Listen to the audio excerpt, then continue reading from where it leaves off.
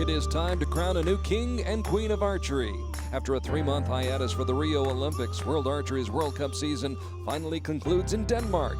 This year, with just 3 tour stops to qualify for the World Cup finals, the cream of the crop rose to the top and secured the 7 spots coveted by so many. Joined now by some Great Danes, the field is set for another fascinating finals here at the King's Garden in the heart of Odense, located in the heart of Denmark. This lush green garden spot, best known for producing the legendary author Hans Christian Andersen, will now produce the World Cup champions. Odense is named after the Norse god Odin, and the men and women who ultimately stand atop the podium today will feel like gods, living out a fairy tale ending of their own. Merhaba, hola, ni hao, bonjour, bon dia, konnichiwa, grietzi, privyet, shalom, annyeonghaseyo, guten tag, dzień dobry, buongiorno, good day, mates, and as we say here in Denmark, good day.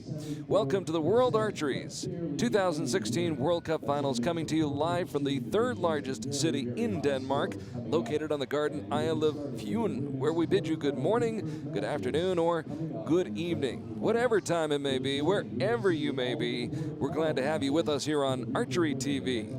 I'm Carl Archie, along with the greatest Dane of them all, Martin Damsbo, who competed yesterday. Of course, it's Recurve Sunday here in Denmark, Martin, and that means we've got a newly crowned Olympic champion, Kupan Chan, who's going to be one of the featured athletes here today. But a lot of great competition on tap, I think. Yeah, it's going to be a lot of good shooting out there today, and the weather here is perfect, so it'll be really exciting to see the shooters go up on the podium today. Yeah, no wind this morning. Of course, there was no wind yesterday morning, and that changes, doesn't it, here in Denmark? Yes, when you get over past from the midday, you'll see the breeze starting to set in, and that can be a little bit tricky for the shooters. But the venue they have picked here is more or less perfect. They can barely get any wind in. That's because of all the trees that are around it, and of course we are in the King's Garden, the castle down there at the end, which you will see repeatedly during our broadcast here today as we get set for the start of women's competition on Recurve Sunday. 8 of the top female recurve archers in the world, including Tuyana Dashidorjeva of Russia. As we introduce you to this young lady, 20 years old, ranked 11th in the world, averaging 9 points per arrow, 30 match wins, and 5 tiebreak wins in her career.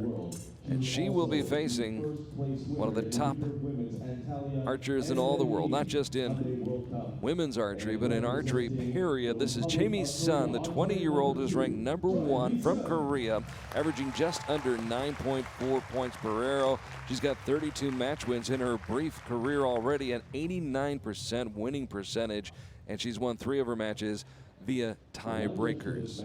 Now, for those of you who may be new to the sport in recurve archery, there'll be 5 sets, 3 arrows per archer per set, and they'll be shooting at 70 meters at a very small target, 70 meters away. 2 points are awarded for winning a set, 1 point for a tie, and the first archer to score 6 points or more wins the match and hopefully goes on, and they hope at least, wins a medal. If there's a tie, there will be a 1-arrow shoot-off, and the closest to the center will win the match via the 1-arrow shoot-off. Had one yesterday. We'll see if we have any today, but ideal conditions, bright sunshine, blue skies, no clouds up above, as the first shot flies and hits the target 70 meters downstream in the 9 ring. So Jae Sun gets the party started here in Denmark.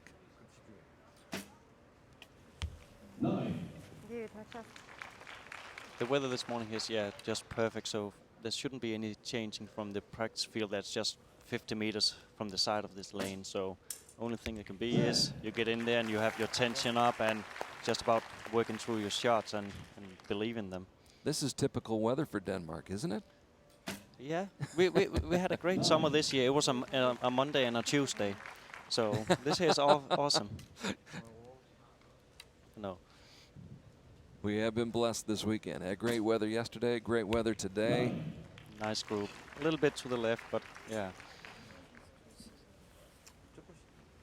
Jae Sun with 28 points on her first 3 shots, a pair of 9s and a 10. And Dashidorjeva hoping to match that, and does. She's dialed in now.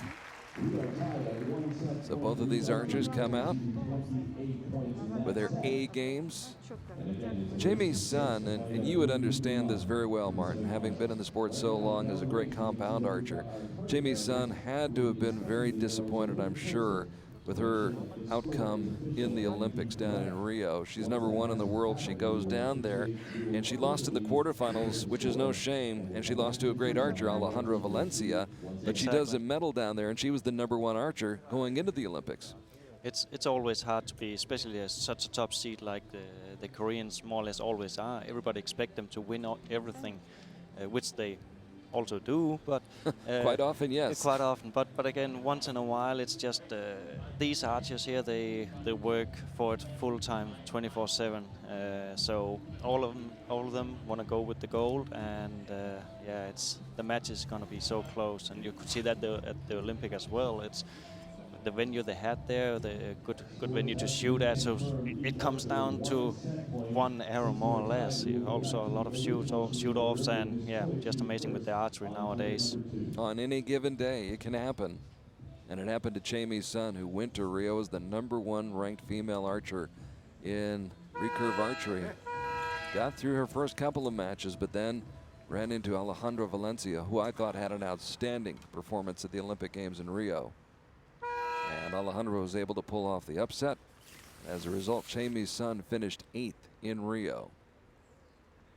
And I'm sure in her mind, hoping to atone for that here in Denmark. Starts off the second set with a 9.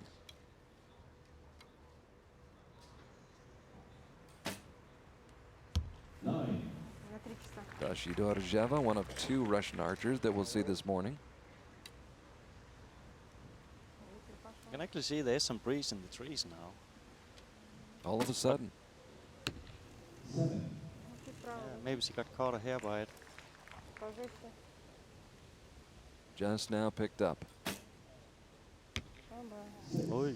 And an even tougher result for Dashi Dorjeva.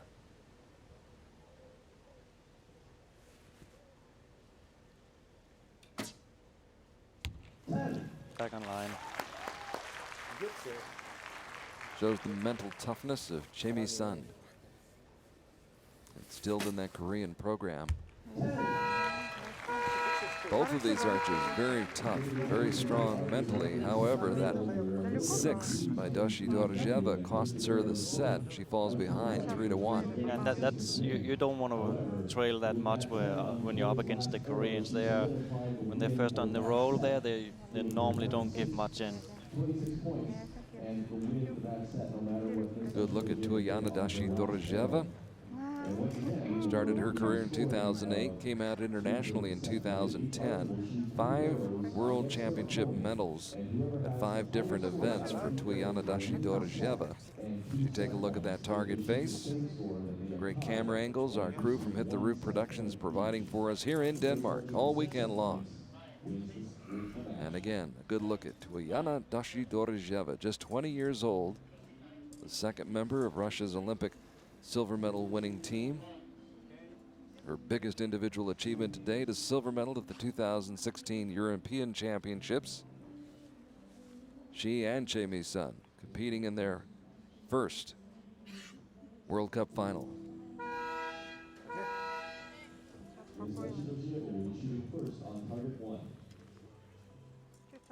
Or excuse me, I should say this is the 2nd one for Jamie's son. She is the defending champion from last year in Mexico City. How could I forget that? A lot of shooters. A lot of a lot of archery between last year and this year. My apologies to Jamie's son. Good start for Tuiyana. She tacks on a 9 to start off the 3rd set, but an even better shot by Jamie's son.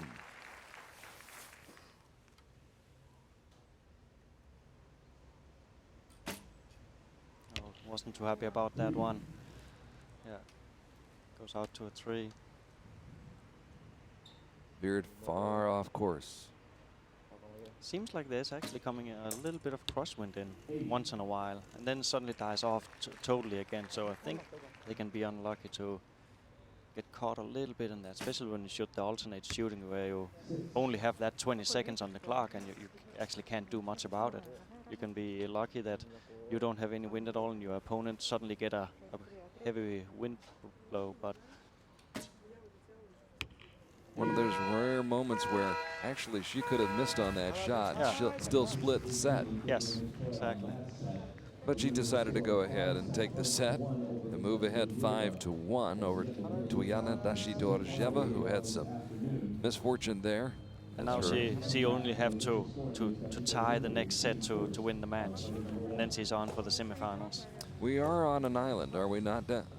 Here on Fyn, Martin? Fyn, yeah. So this is the. So you're going to have the winds coming across the island.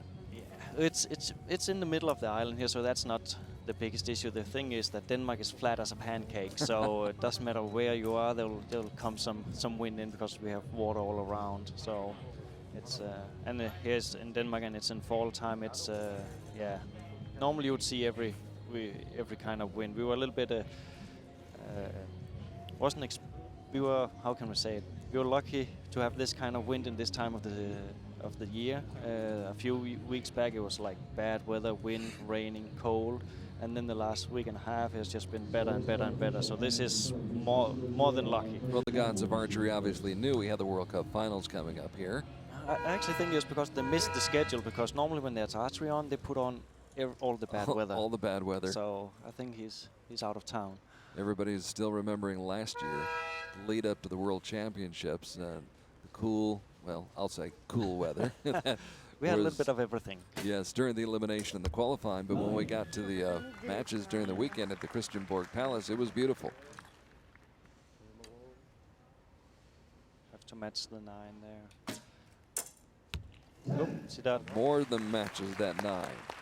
Jamie's son trying to make quick work of Tuiana Dashidorjeva.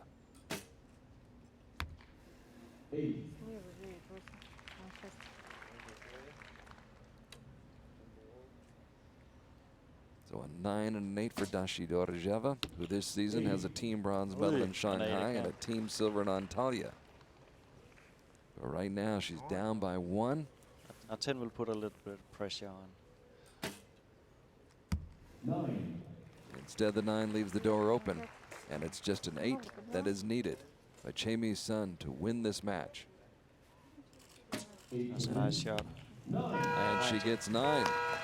So Jamie's son will move on to the semifinals with a commanding 7-1 victory in just 4 sets over Tuiana Dashidorjeva of the Russian Federation.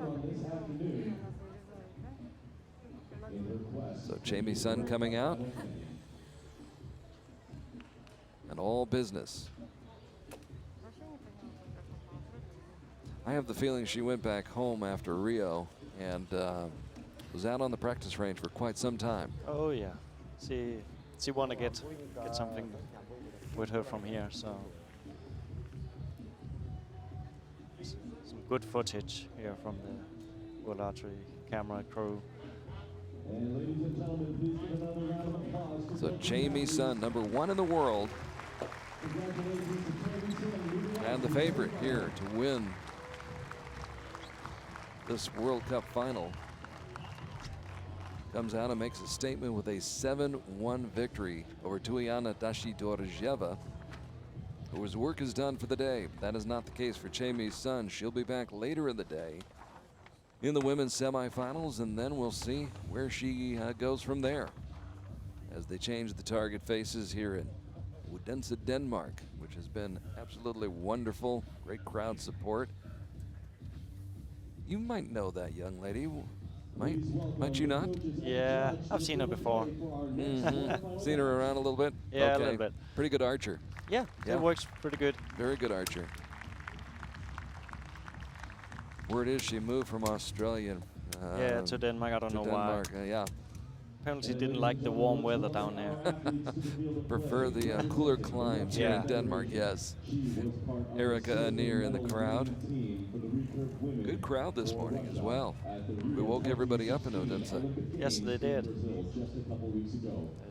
It's again, the venue here is in the central of not Copenhagen, sorry, in Odense, and it's just next to the big central train station, and so a lot of people is walking past here, and you can see a lot of people on the stands down at the end where they can just stop in and have a watch, and there's an archery tent out in the back where they can try out archery. So it's a great way to promote archery in Denmark as well. So it's amazing to see and hear all the people that's watching it for the first time say, oh, this is actually really cool. I thought it was just Robin Hood flinging arrows, but no, it's actually a completely different level here. Wu Jiajin, the 19-year-old from China, ranked 20th in the world, taking to the stage here in Odense, Denmark, as we get set for our second match. If you're just joining us, Carl Arke along with the great compound archer from Denmark, Martin Damsbo, kind enough to join us here on Archery TV, where we hope you're enjoying our live shot-by-shot coverage, wherever in this big, wide world you may happen to be, whatever time of day it may happen to be. We're glad you're logged on and tuned in. 2016 Hyundai Archery World Cup Finals underway. First match is in the books. Che Mi-sun with a 7-1 win. Now Ksenia Perova, the 27-year-old, ranked 5th in the world, starts off strong. Just out. Did she catch it? I think it's just out. If Martin Damsbo tells me it's just out, I'm going with that. No, this is 70 meter. I can't see that far. So don't take it to the bank. I think that's caught the line, yeah. So 2 close shots on the first efforts. So Perova averaging 9.1 per arrow. Makes it back-to-back 9s.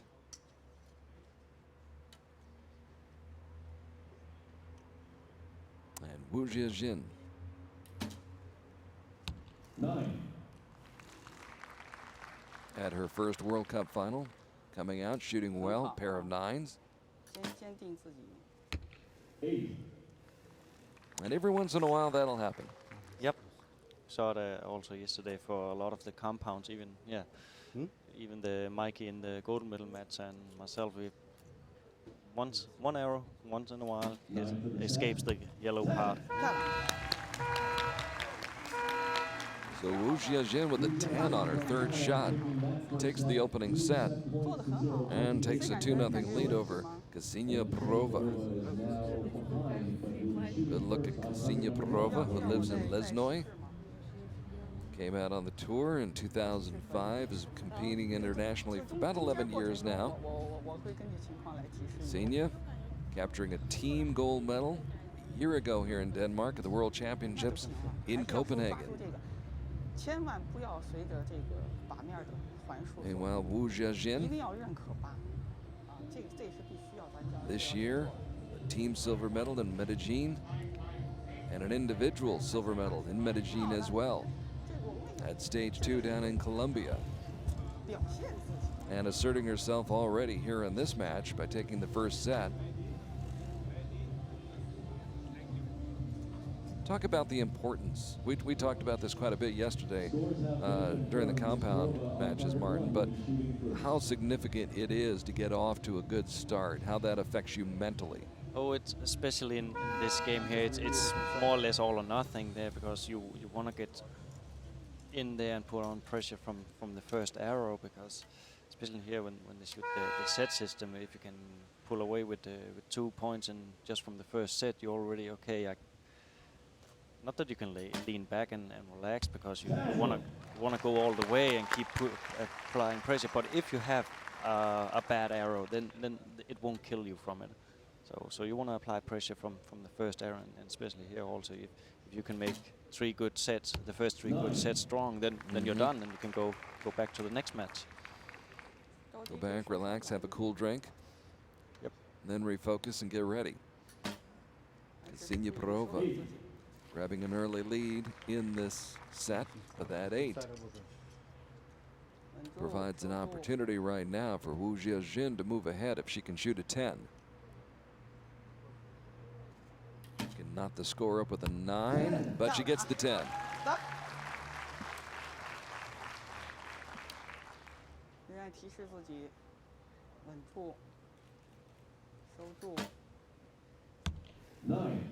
Perova puts it in the 9 ring, but she is vulnerable to go down 4-0.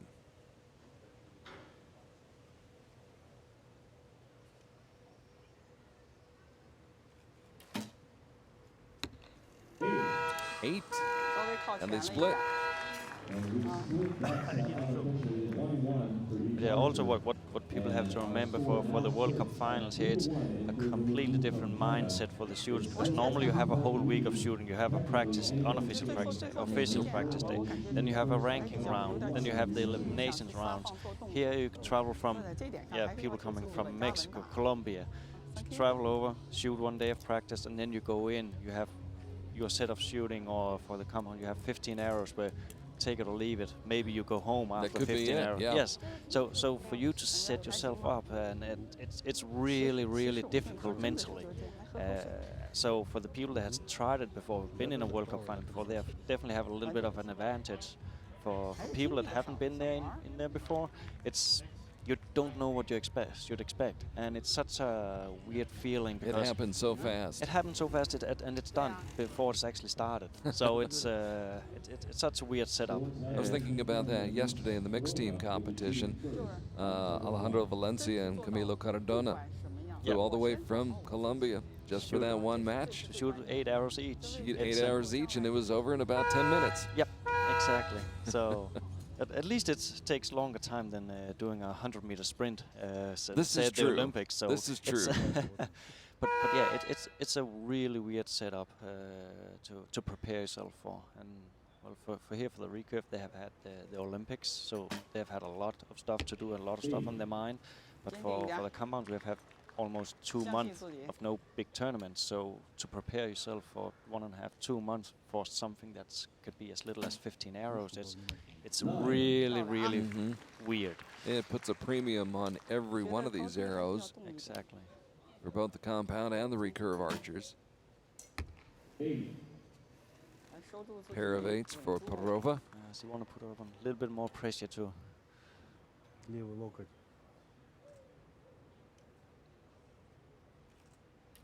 youngest of the 8 women competing here in Odense. And she's competing very well, leading by 3 after the first 2 arrows of this 3rd set. She already leads 3-1 in the match, and 3 straight 8s for Perova. Amazing group up there, but yeah. Just not in the neighborhood you want to be in. No. You want to be in the high rent district. 7. So the 7 is enough. And that puts Wu Jiajin, the youngest archer competing amongst these women in recurve here in Denmark at this World Cup final. As we said, she won a silver medal in Medellin at stage 2 of this year's tour, which really was what helped vault her into a spot here at the World Cup finals in Denmark. Wu Jiajin now in a commanding position, leading 5-1 over Ksenia Perova. You're right, these recurve archers, they were able to stay, they were busy for quite a while. For the compound archers, though, it was a long time between Antalya and here. Yeah, it's hard to set yourself up for it. Because you need to keep going out practicing, keep shooting and keep all competing. That. Exactly. But then on the other hand, you can also say for the recurve, they've been working their, sorry my words, but their asses off for the Olympics. 4 years straight, where everything has been on the game, like from the pressure from the federations, from the media, and to go for the Olympics that every 4 years. And some of them is doing great over them. Some of them didn't get what they wanted. So for them also to come back, refocus, and get ready for this can be just as hard a task, because it is really hard to find that focus and be able to compete at high level all the time when you don't have any breaks. And this is travel all over the world. Yep. So Beautiful shooting by Wu Jiajin of China. but yeah, you'll often see the person that didn't do well at the Olympics, they have something they wanna show themselves that they can do it here. So they have been home practicing harder than ever. Of course, Ksenia Perova, part of the team that won a silver medal in Rio. That's some Bodromo. But she is up against a tough customer right now. They're tied at 19 apiece after the first 2 arrows of this 4th set, which could be the final set. 10 now would be good. Needed that 10. Nice one. Nice one. Puts the pressure on Wu Jiajin, who has to shoot at 10 to gain the split that would give her the 1 point she needs to wrap this match up. The 19-year-old ranked 20th in the world. Oh, we get another set. We get another set. I think we will see a lot of close matches here on this venue. It'll be good archery. Well, right now, great conditions. Aside from a few gusts that we saw in that opening match, the weather's really cooperated. Ideal conditions, and Ksenia Perova showing her competitiveness. She was down 5-1, fought back, won that set. Now is back within 5-3. Yeah, she can't afford losing even a point now, so she have to keep applying heavy pressure. Can't drop a set, can't split a set. Ksenia Perova backed into a corner.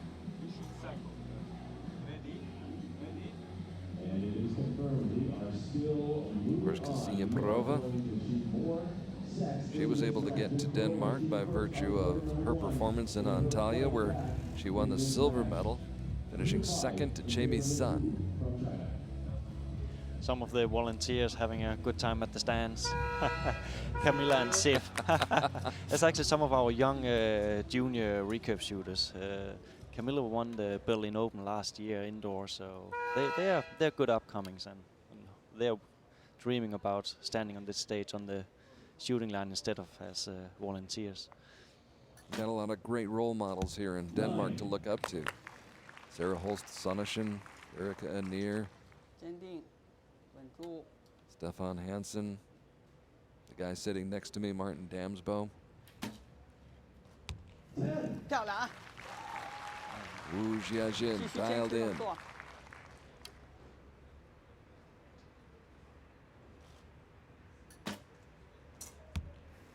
And Perova hits pay dirt. She knows she needs them, so.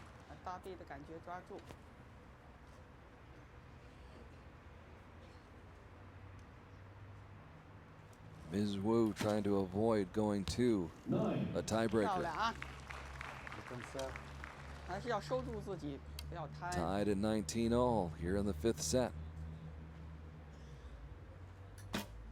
Oh, she wasn't happy. So now she's at the mercy of Wu Jiajin. Just needs 8 to win this match, wrap it up, move on to the semifinals. 9's enough. And a 7-3 victory for Wu Jiajin of China as she dispatches Ksenia Perova. So both of the archers from the Russian Federation have fallen here in the first 2 matches as Wu Jiajin moves on along with Jamie's son. Ms. Wu winning 7-3, Jamie's son a 7-1 victor. That's sometimes the deceiving thing about the set system, Martin.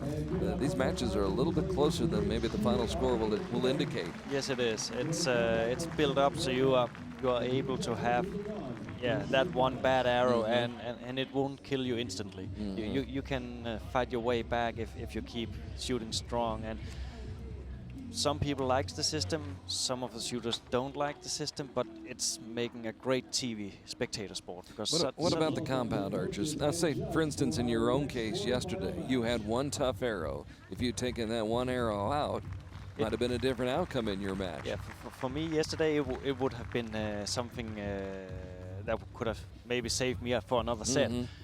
Outcome could have been the same, but we tried it for the compound some years ago, but it didn't work. It was just not the compound. We are way a little bit more into the, you can see more maximum scores. So you don't want to have that shooter that can have that, for me, for example, have a 7 and come back from that, because the compound is too tight for that. You have seen this year, especially for, I think in Shanghai, you had more than 36, 37 shooters above 700 score, and in Colombia, 50% of the compound line shot above 700 score. So we are talking down to, that's after 72 arrows.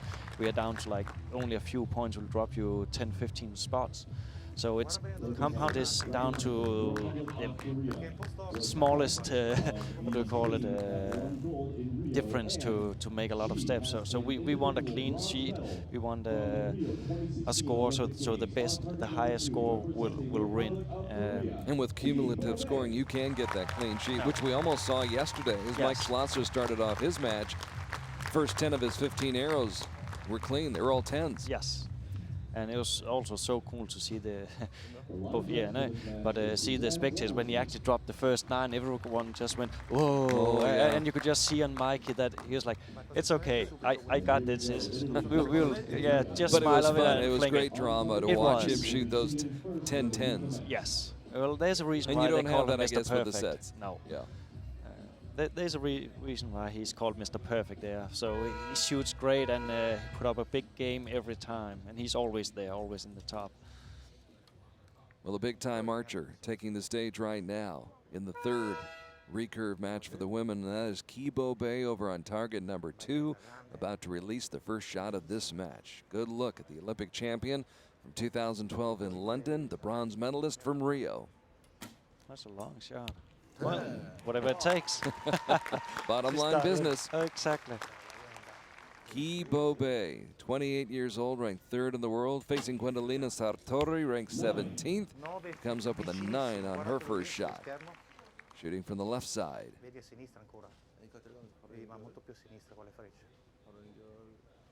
So immediately Kibo Bay with the advantage after the first shot. Second shot's also a 9, keeping him in the gold ring.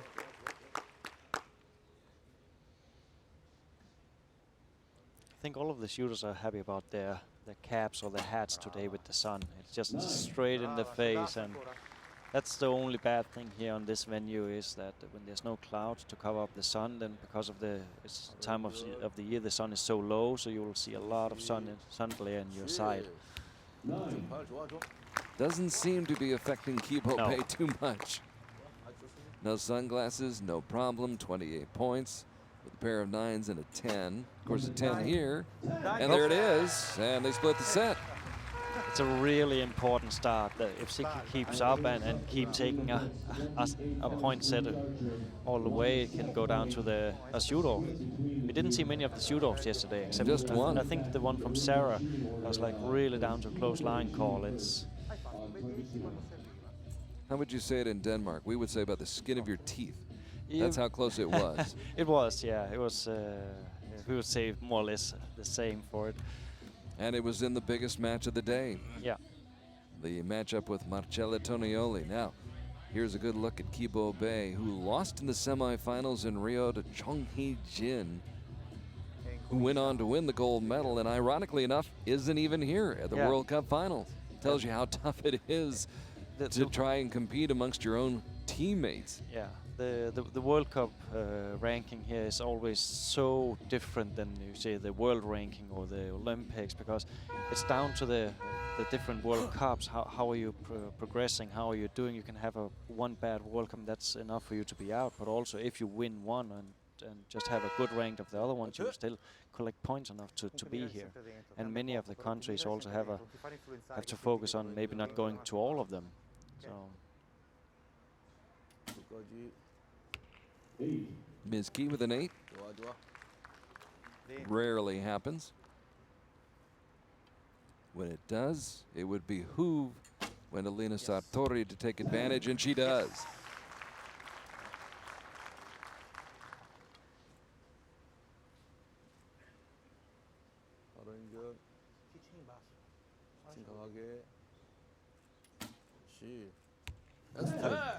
Get dialed back in. Pinpoint precision. Just the way she practices. So now Gwendolina. We are tied. Veers off target into the red zone. And Kibo Bay trying to fight back and take this second set. After falling behind early, he's in good shape right now with that 9. A 10 now will give her the set.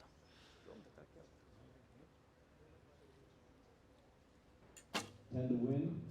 9. Sartori's shot sinks just a little bit low into the 9 ring, so they split again. And it is split. So Really Sartori nice. and Kibo Bay have split the first 2 sets.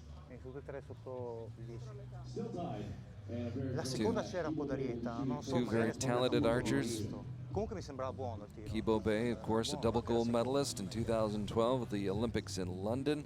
7 world championship medals to her credit. Anche lei, A gold medal in Copenhagen last year in 2015 as you take a look at Kibo Bay with her coach. A total of 26 World Cup medals that she's won since 2010 when she debuted. And it took her a long time. She started in archery in 1998 and didn't start shooting internationally for 12 years. The Koreans have such a strong field of shooters over there. So for you to actually just shoot your way to the team and then you're already there, you are like an amazing shooter. And there and then still to be on the team year after year after year, it's just amazing work. We have 2 Danes living and studying in Korea. And the reports they come home with, like, you know, how good they're shooting, how many archers they have, just even their... How amazing it is. Yeah, it's amazing. Even the juniors, the junior tournaments, it's like set up like a World Cup final. There's TV lanes, there's spectators, there's matches like this. So they prepare from early stages to this. And no, I don't think there's any other system in the world, any other country that runs it as professional as the Koreans do. And that's one of the reasons why they are just that good. Look how well, though, Gwendolina Sartori is doing, competing against Kibo Bay. Kibo Bay making her 4th appearance in the World Cup finals. And she is trailing here in this set. That may help her come back. Great resilience, which is why she's been such a champion. And because of that resilience, now she's tied again at 18 apiece. Will they split, or will somebody finally break through and take a set? A little bit of wind in the trees again. Doesn't matter. It's good.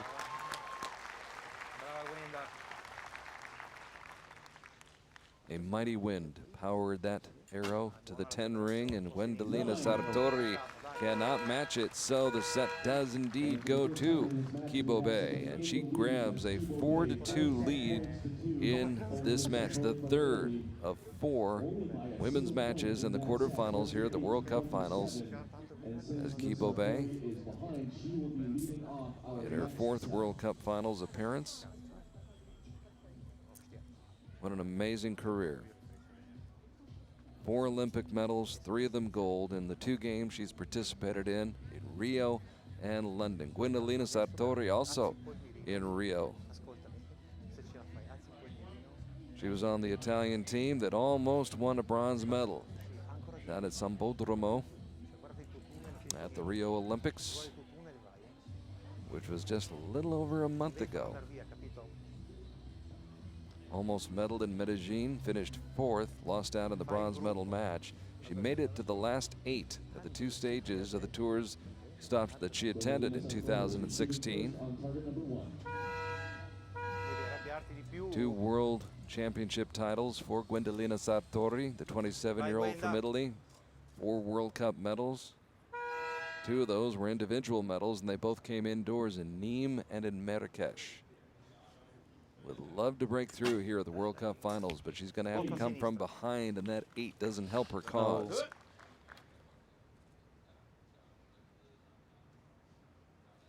This is where the Koreans, Martin, usually take advantage.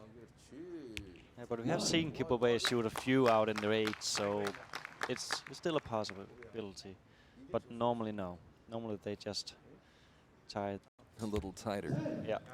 Great shot by Gwendolina Sartori. who's averaging 9 points per arrow, has 43 victories in her career in match play. Up against a tough customer. We're tied at 18. Again.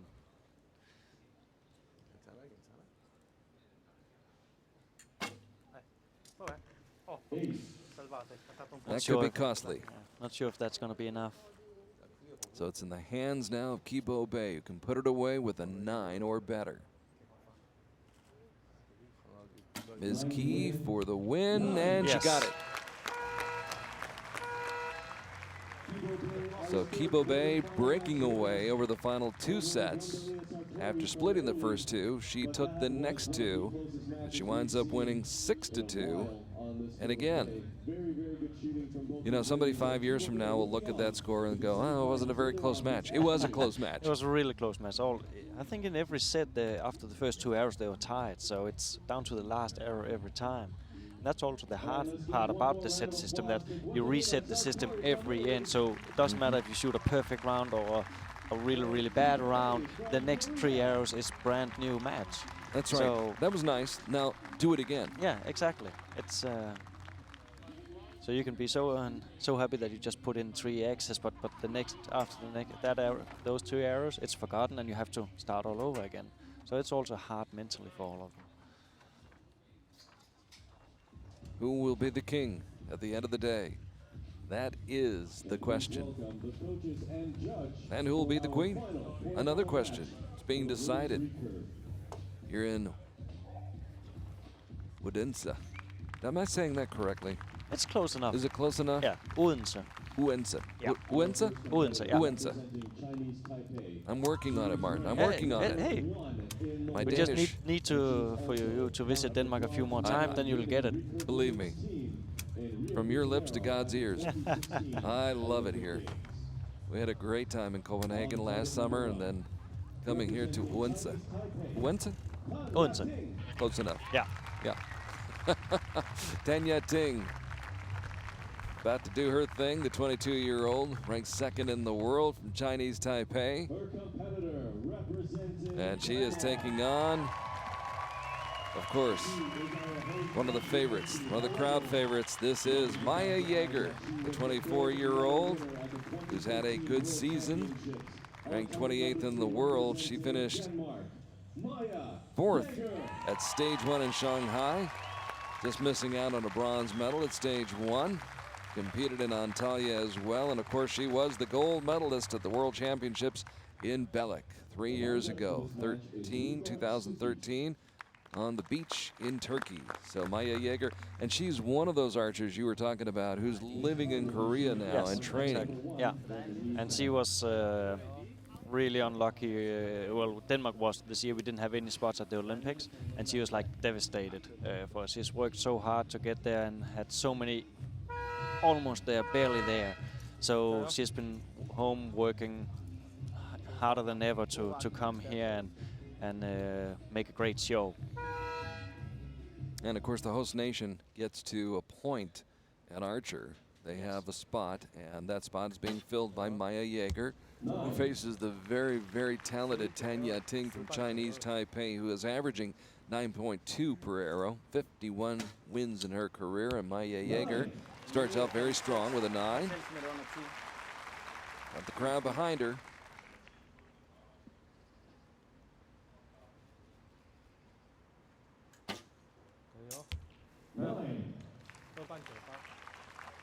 Solid start for Tanya Ting.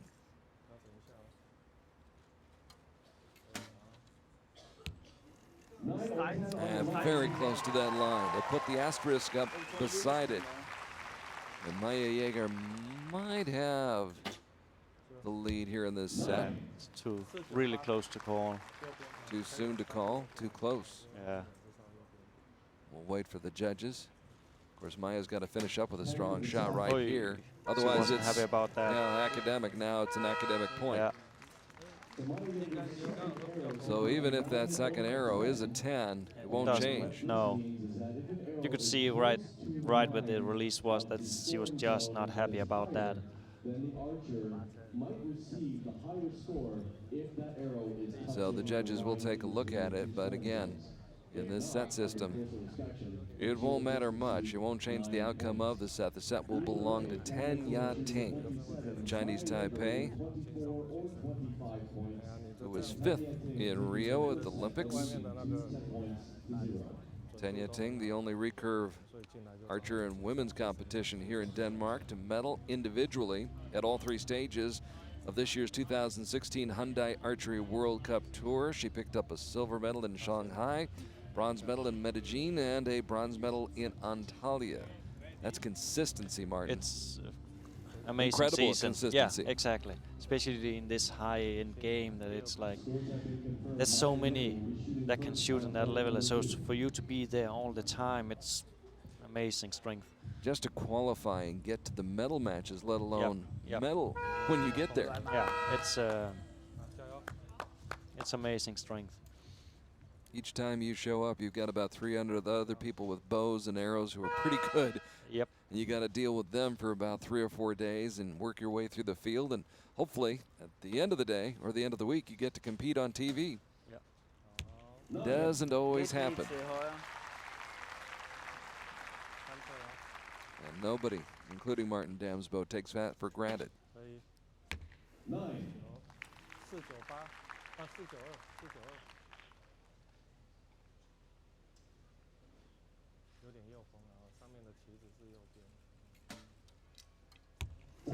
Maya. Oh, my. I'm a little bit biased. Go, Maya. Every once in a while, we allow a little cheering in the press box. I've known Maya. She's from the local club close to Odense here. We started in the same club. I've known Maya since she was, I think, 9 years old, coming into the archery club. Like, wow. She wanted to try and shoot a bow. More or less from the first day, she was like, she had skills for it. I just remember that little girl just working her way up. And from the first day, she said, oh, her dream was to come and shoot for the big team and see for the Olympics, and they want to be recurve, not compound, but many other tries out. It was recurve all the way. And yes, she went all in for moving to Korea some years ago. So yeah, she's also one of the really hard workings that deserve to be out there. Well, her dedication paid off in that set. As she's living part of that dream, she wins that set here in her native country of Denmark. Takes the 2 points and ties the match at 2 apiece with Tanya Ting. Tanya Ting competing in her first World Cup finals. A lot of these archers really in their first World Cup finals. A lot of newcomers. Again, this season has been a little bit off, different because of the Olympics. So we only had 3 World Cup stages instead of you have 4 where you can remove the worst one. That means that a lot of the ones that have been there many times, where if they haven't had time to go to all 3 of them, or if they had one bad there and where they normally catch up on the next one, they couldn't do it. So same as in the compound, you'll see a lot of people that hasn't been there before, and it's always different. Some new blood here in Denmark. Odense, along with Martin Damsbo, Carl Arke here at the King's Garden on a gorgeous Sunday morning. A gorgeous shot. Really nice shot.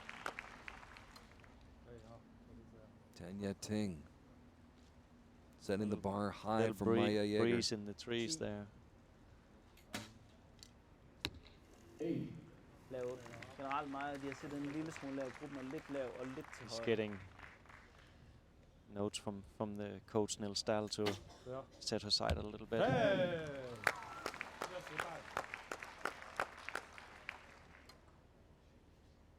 Tanya Ting following instructions perfectly. Pair of 10s. Yep.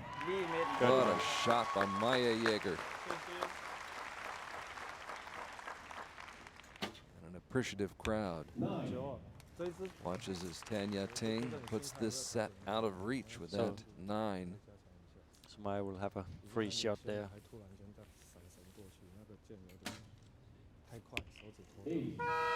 Good to get that out of the system. So she drops the set. Tanya Ting, maybe more correctly, takes the set as she moves ahead 4-2 on set points. We mentioned this before. Maya Jerger has for the last 3 years called Korea her home. She lives there, trains there with one of the legendary coaches in Korea. Her parents still live here in Denmark, so she's happy to come back here. But boy, it really, no matter where you move away from home, it's tough to be away from home. And for that long, it just shows the dedication Maya has to her sport. Exactly, and especially also to a country that's so different from Denmark, whole different cultural thing and language for that matter. It's amazing to see her and Johan that they're actually now, I saw it over at the training field, that they are actually translating for the Koreans when there's TV interviews. It's they're not perfect in fluent yet, but they're good enough. They're getting there. And that's also a way of dedicating and showing dedication to your sport, that you actually go all in, throw everything behind, and just go for your dream. It takes a lot of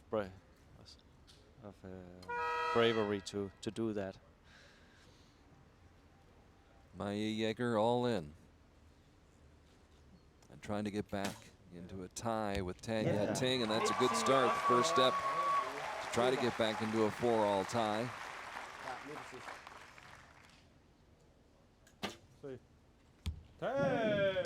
Matches that perfectly. It's always interesting to see how these competitors raise the level of their game. After their competitor shoots a 10, they'll step up and shoot a 10. Another 10. Nice group there.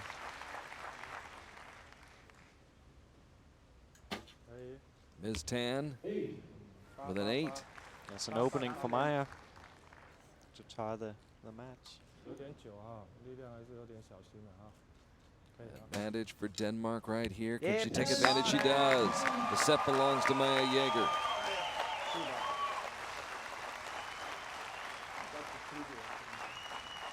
The cheers ringing out as Tanya Ting. But really nice follow-up.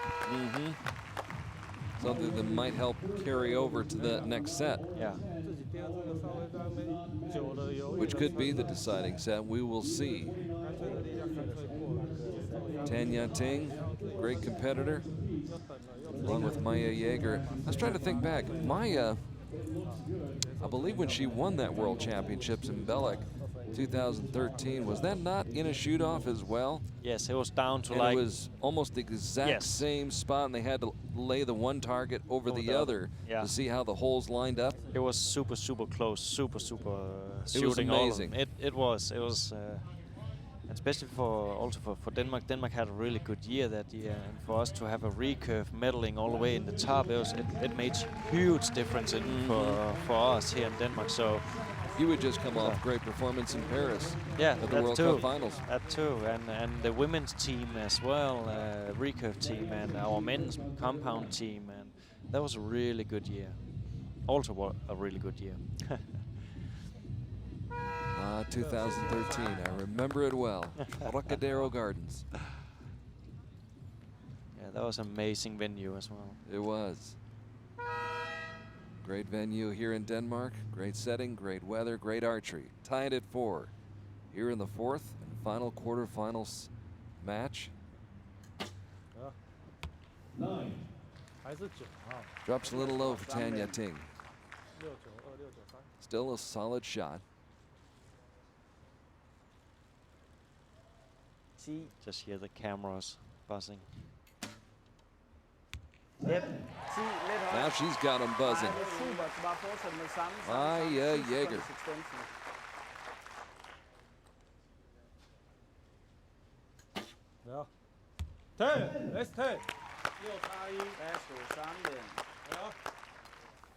Tanya Ting putting up the fight.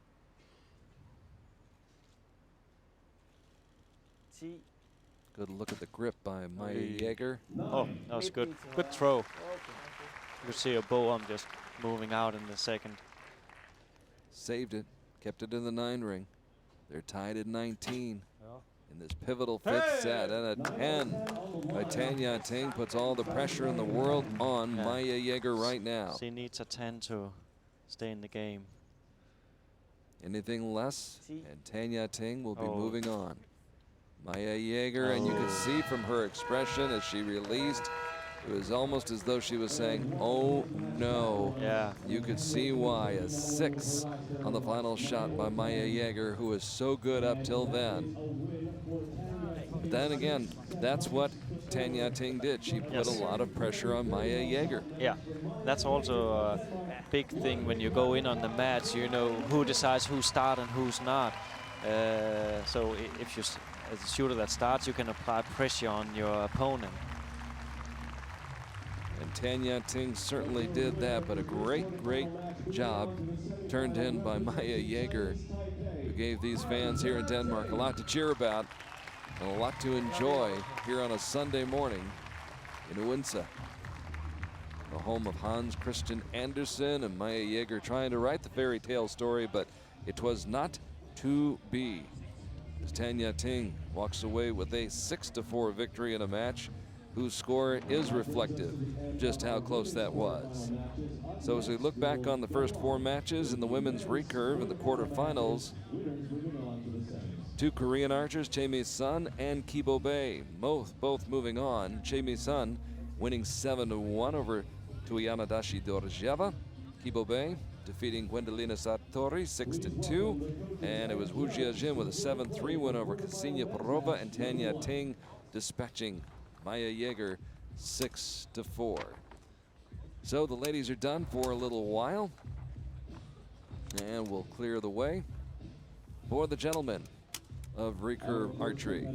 Representing Mexico, won a silver medal with his team in Antalya 2016. So now we get set for the match between Brady Ellison and Ernesto Bordman. This is Ernesto Bordman, the 23-year-old from Mexico, who's ranked 16th in the world, averaging 9.1 per arrow, 21 wins during his brief career.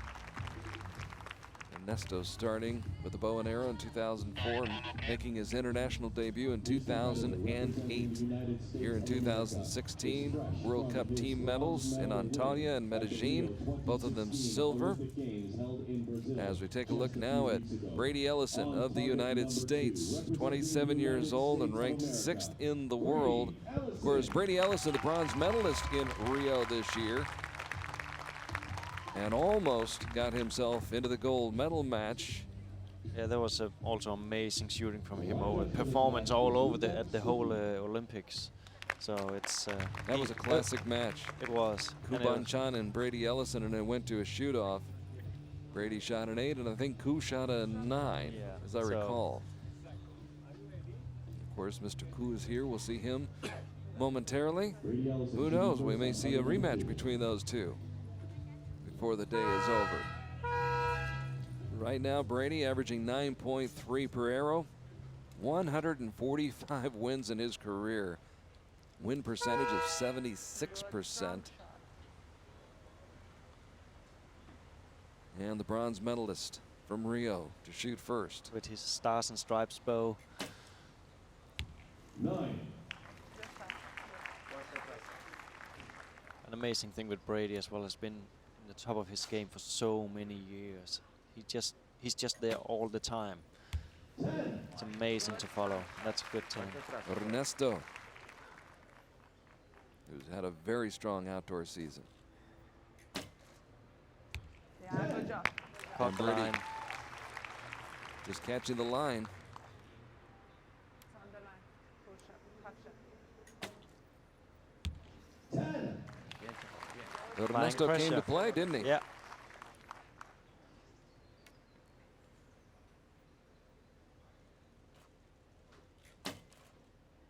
Yeah, good job. Nice group. Nice shooting. Question in Brady's mind is, will that be enough? The way Ernesto is shooting, 3 straight 10s, and he'll take this set. Third shot, close. Not quite, so they'll split. Very high scoring first set, tied at 29 points apiece. And 1 set point going to each Both of them coming out with their A games. Ernesto Bordman, who this season individually No. just missed out on a bronze medal at stage 1 in Shanghai. Then finished in the top 10, was 8th in Antalya on Konialty Beach at stage 3. 2016 saw Ernesto become an Olympian for the first time. Reached the Pan American Games and become a Pan American champion for the first time. He's also a first-time World Cup stage medalist with the Mexican team, collecting silver medals in Antalya and Medellin. Been a good summer for Ernesto Bordman and a great summer for Brady Ellison. They've been busy, both of them. Yes. Normally you would see Mel Nichols in the coach box for Brady, I think. But here it's Toya that's stepping in, Brady's better half. Yes. I know both of them are leaving, I think, already tomorrow for the World Field Championships in Dublin. Dublin, yeah. So we saw Toya out at the practice range shooting on the field target faces. Of course, Toya, formerly Toya Jerger from Slovenia, world-class archer in her own right. 9. Give it a click left and you'll get it. So Mel, her father-in-law, stepping aside. We're keeping peace in the family, Martin. I know all those three. They have a great relationship. So it's, yeah. And also when you're in there, you need a person that have your back and have your time, so you can only focus about shooting. So Toya has been in so many matches in there herself, so it's yeah. If memory serves me correctly, I think Brady's been in the coach's box for Toya. Yeah. 9.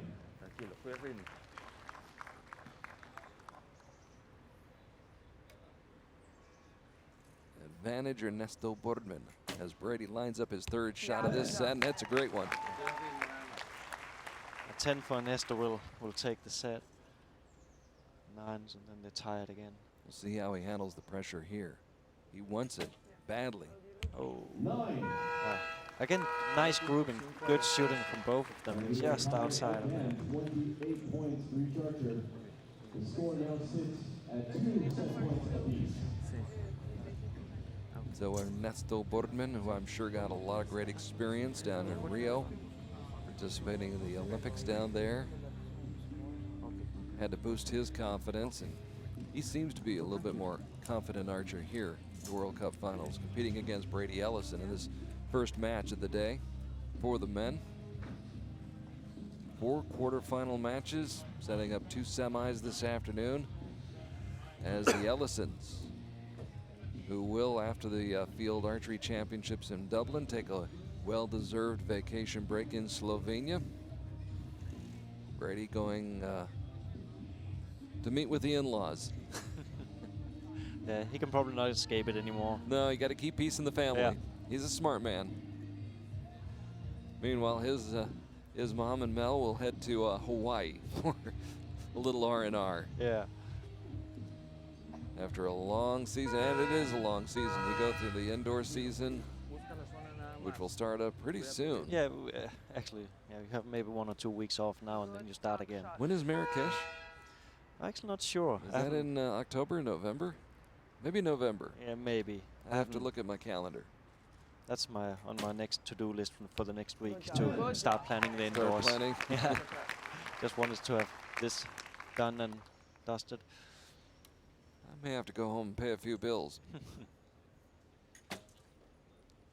9. It's a good thing you're here for work then. Yes, yes. That'll help you pay the bills. This is work? Some call it work.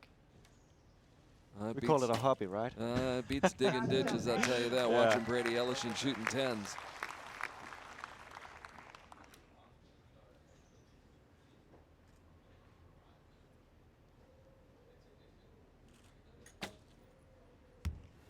Bordman, I think, caught the line. It's Very close. too close to call. I think it just bent out of the line. Yeah, they're marking it now, so it might be. 10, Doesn't matter. 10, 10. No. The trifecta for Brady Ellison here in the third set. How appropriate. A nice follow-up from Ernesto. And Brady Ellison taking that set with a perfect 30 out of 30. That's the moving set right there for Brady Ellison. Maybe, we'll see. Brady now leads 4 set points to 2. It's up 4-2 in the match. After splitting the first two, put 3 10s together in that third set. So Brady Ellison this year won a gold medal in Colombia, stage 2, and on Medellin. Was 7th on Konyaaltı Beach in Antalya, Turkey. Started off the season 17th in Shanghai. Of course, even though he didn't get the medal there, he did get some points, and that helps him get to his 7th consecutive season-ending World Cup final event, which is remarkable. Again, he has been on top of his game for so many years. It's, yeah. He's a fixture here at these World Cup finals.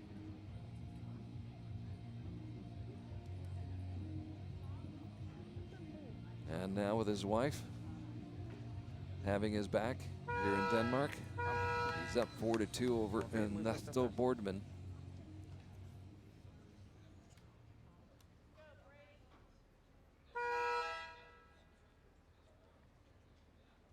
The 23-year-old Mexican, ranked 16th in the world. Still with a chance, though. He can come back if he can take this set. Tie it up. That's a long shot, this one. Full draw a long time, and you could see the grimace as soon as he released. Wasn't happy about that one. And that's, I'm not sure he will come back from that against Brady. Thought it through too much, you think? Good job. There you go. Good job. Good job. Brady's dialed in, for sure.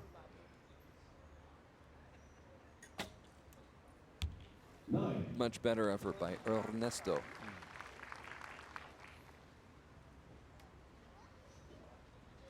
Who knows, he may have sealed his fate with that 7. We'll have to wait and see. But Brady Ellison, no let up, not much. Just outside the 10 ring.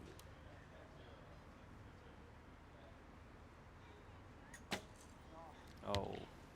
And that may have done it. May have been the final nail in the coffin for Ernesto Bordman in this match. Started out shooting very, very well.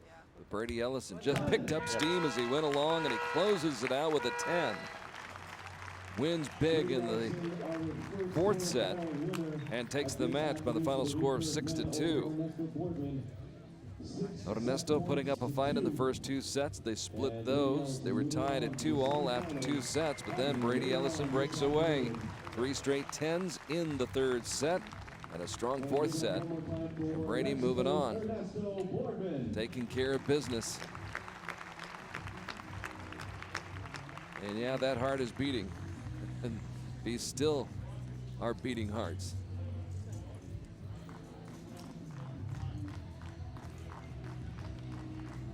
So maybe a taste of what's to come here later today. Brady Ellison. See one of those shots by Bordman veering way off course. And that may be the best prize of all right there. The high five. Yeah, for sure. The high five. Yeah. What'd you think I was talking about? I thought it was a good shot. Carl Arke along with my dear friend Martin Damsbo, a great compound archer from Denmark for so many years. Who stood atop the podium in Paris 3 years ago, Trocadero Gardens. I've never really asked you about that. That had to be an amazing experience. That was such an incredible setting. Yeah, it was amazing there. It's all the fields is actually great to come on, but that one was just the Eiffel Tower. Yes, it's the spec. 4,000, 5,000 fans. Yes, exactly. The whole venue was just. It was not just the Eiffel Tower. The whole venue was just built up. It was just perfect. It was a remarkable setting, and Martin Damsbo had a remarkable time in Paris 3 years ago, 2013, winning the World Cup finals in men's compound. Of course, this is Recurve Sunday that you're watching here on Archery TV, and we're glad that you are as we get set for a matchup, a very intriguing matchup between another American, Zach Garrett, the 21-year-old from the USA, ranked 3rd in the world, and he'll be taking on Wei Chun Heng, the 22-year-old from Chinese Taipei, who is ranked 10th in the world. Zach, of course, at the Olympic Games as well.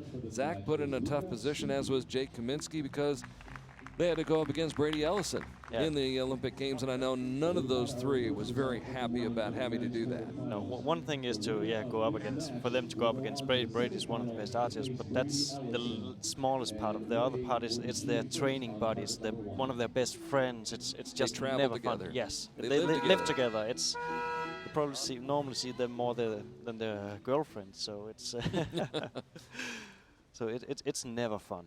Never fun to meet match up against a teammate. And Zach shot well. Finally succumbed to Brady Ellison, though. And Wei Chung Heng, who shot a 679 and was 9th in qualifying down in Rio. Shot well down in Rio. Now Zach Garrett's got to shoot well, too. Keeps pace with Wei Chung Heng, both with 9s to open up this match.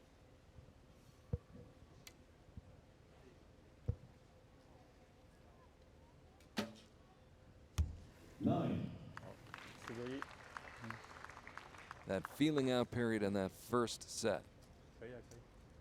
Or for you in compound, the first end. Yeah. Got to get a little bit of the lay of the land. Yep.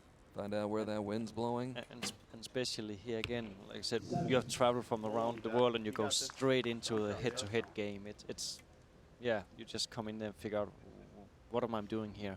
Which way is the target? Okay, there it is. Okay, let's try and see if we can hit it. So the set will belong to Wei Chung Heng. Yeah.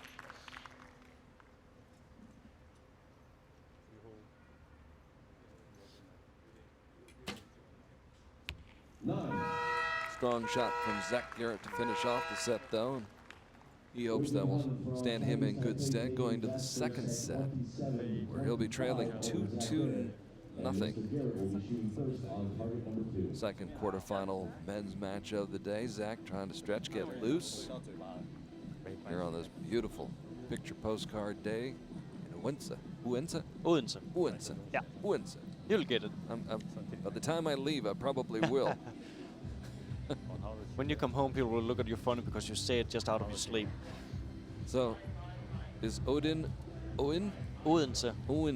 The god Odin? Yeah. Odin. I still haven't figured out you Danes. I'm still working on that. Oh, so are we. Martin Dansbo joining yours truly, Carl Arke, as we navigate our way through the field. Here in Denmark, 2-0 lead for Wei Chung Heng. Better make sure not to shoot after those targets. Yeah. You got this. Those are dangerous knit caps. Yeah. They wore the same family wore them at Copenhagen as well. So they're from the local club here where actually Meyer is shooting. Hobby, so. Well, they've got a good sense of humor. Yep. Archery is all about having fun, right? Yeah, exactly. But yet again, those guys are not coming here to have fun. They're coming here to win. It's fun if you put them in the gold rings, and that's where they're putting them right now. Zach Garrett had that one errant shot in his first set, and it cost him. Trying to battle back. Keeps it in the gold ring.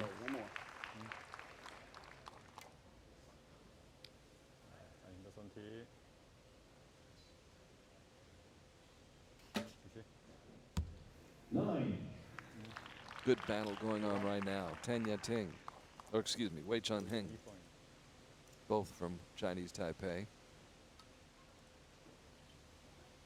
And a good look at the man from Missouri, heartland of America. And again, he has 2 strong shots in his set. He did in the first set, does in the second set, but then there's that one shot that gets away, and it may cost him right here. I would think that Wei Chung Heng would take advantage, and does. Down the middle. Nice put in there. Wei Chung Heng, Chinese Taipei. What a great season he had. Started off in Shanghai, by winning a bronze medal and also a silver medal in mixed team competition. Then in Medellin, bronze medal in mixed team with Tanya Ting. And then those two went to Antalya, and on Konyaaltı Beach they won the bronze medal again in mixed team competition. Individually, he was 9th at Medellin at stage 2, and then 6th at Antalya at stage 3. So top 10 finishes pretty much across the board in those 3 World Cup events this past season. Medaled at all 3 stages of the 2016 circuit with the Chinese Taipei mixed team, and as we said, took that individual bronze medal in Shanghai.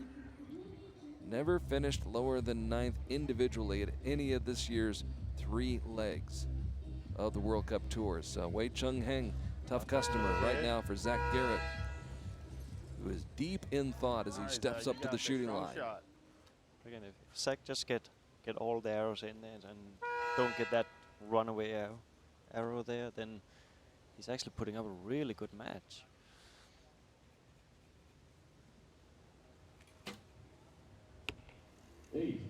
Struggles here though.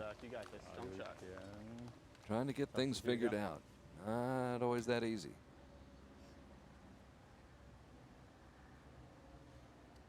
I'll see the wind today's turned a little bit, so it's a little bit more into the shooters, so just a little bit can be enough to be annoying. Oy. Plenty of time, Zach. Plenty of time. So that's a good thing about recurves. They even though it's only 20 seconds, they have time to do a quick draw up again. And well done. Executing it nicely. Yes, so all things considered. What happened was when he pulled the bow, it went through the clicker too fast, so he had to reset it. So normally when you see the compounds, if they have to draw down, they're barely gonna make it up again for that shot. Desperately needing a 10 right here. Yes, got and he got it. So he got the 10. And at the very least, he's going to make Wei Chung Heng work very hard to try to close out this match. 9 would do it, and there's a 10, and it's over. Wei Chung Heng in 3 straight sets. An impressive performance of the young man from Chinese Taipei, who is so consistent, impressive in his consistency all season long. And just 22 years old, he's going to be heard from for a long time to come. As will Zach Garrett, who will have better days. Yeah, and as I saw him and the American team at the Rio Games, they shot amazing there. It's up on this stage, it's everybody's game. It's all about who's on when we start, because you don't have time to have a slow start. I think this is Zach's first World Cup final, right? It is. Yeah, so for him to come here, and yes, he just went off from the Olympics, but again, the Olympics was many days, and you step on, you have the ranking round. But to fly all the way from the States, come here and go in, okay, it's actually sudden death right away. It's a really weird, different concept that what we normally shoot. So. And he was shooting a lot in Rio because he was not only competing individually, he was competing with Brady and Jake Kaminsky on the U.S. Team as well, which won a silver medal. Yeah. They shot amazingly there, but the Koreans were just out shooting everybody. Like none of the compounds would have shot against them in those matches. What was it, average of 59 points or something? It was incredible. And the Americans, their scores was great. Before the match, you would say, okay, that would be a winner score, but the Koreans just, and this man was part of the reason that team was so strong. Kim Woo-jin. And what an important event this is for Kim Woo-jin, the great Korean archer who was the favorite going to Rio to win a gold medal. And of course, experienced heartbreak there as he lost early on in the elimination matches. So he's looking for some redemption. Meanwhile, Chef Vandenberg from the Netherlands, 21 years old and ranked 5th in the world, taking on the man ranked #1 in the world. And had an interesting conversation with Ron Vanderhoff, Chef's coach, whom you'll see in just a moment. Yesterday, Ron was telling me that going into Rio, Chef thought, yeah, the Koreans, they couldn't be beaten. And then he went and he was able to defeat one of the Korean archers, and that really changed Chef's outlook and his mindset. It's not easy to do, No, but it can be done. But that also just shows how dominant the Koreans are, that everybody That's thinks. that's the standard. Yes, exactly. But once in a while you will get those like Brady, Chef, you know, the one that just get a taste of blood, and so they can go in and do the kill. And just get it in their minds that it can be done. Although not the That's start not that the he was best looking start for for. it. Kim Woo-jin. 9. A little bit left and right for those two. So Mr. Kim, who won the gold medal at the Rio Olympic test event, but then was upset in the first round. An upset that sent shockwaves around the sport of archery. Chef Vandenberg trying to send more shockwaves. Put it in the middle of the target. And it's almost matched by Kim Woo-jin.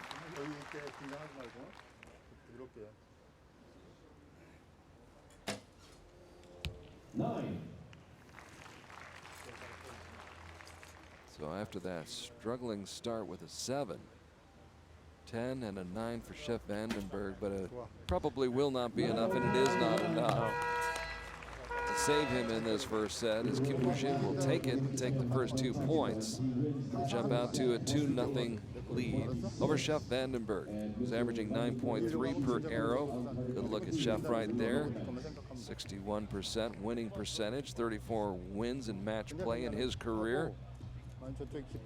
Working with coach Ron Vanderhoff for quite some time, since 2010. And there's Kim Woo-jin, averaging 9.5 per arrow, 82% winning percentage.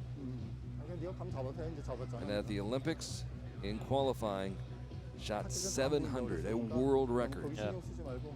That's a lot of points with a struggle stick. We talk about agony and ecstasy. Shoots at 700 in the qualifying.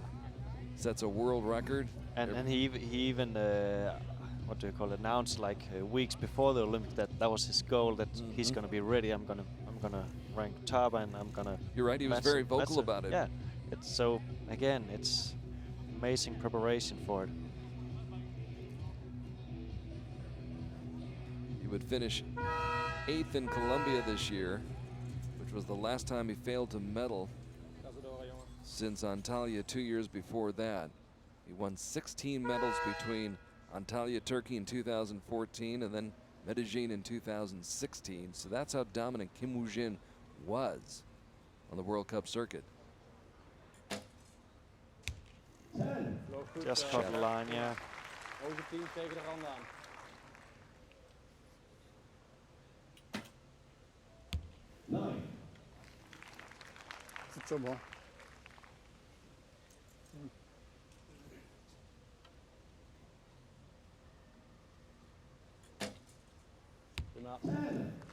It's dialed in now. Some sharp shooting from Chef.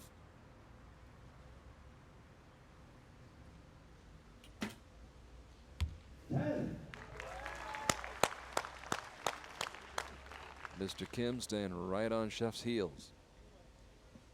See some breeze in the trees again. Oh, What a job by Chef Vandenberg. put Took it on on 3 pressure. straight 10s. So now it doesn't matter.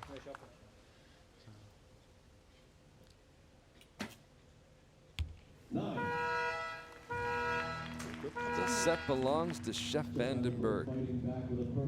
From the Netherlands, the Dutchman picking up 2 points, tying the match 2-all here in Denmark, where we have one more quarterfinal match to go this morning before the mixed team championship.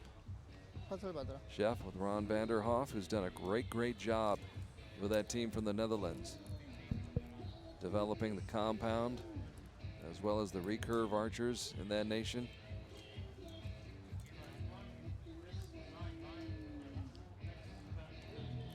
Mike Schlosser, of course, yesterday winning the gold medal in men's compound, overcoming his jitters in a finals event, Finally getting over the top. Definitely a good step for him to conquer it. So it was good to see Mike get on the top of the podium there. Well, I didn't like losing to him, but I was going to say. but no. That's very but again, Mike. magnanimous of you. Yes.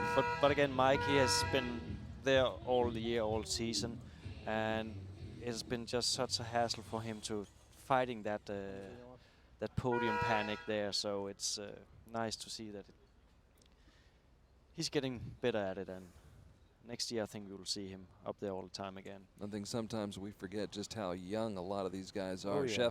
Chef, for instance, just 21 years old. That was the famous Chef swing of the bow. Trying to throw it back in there. Kim Woo-jin's only 24. Yeah, we're getting old. They've been around for a long time. 9.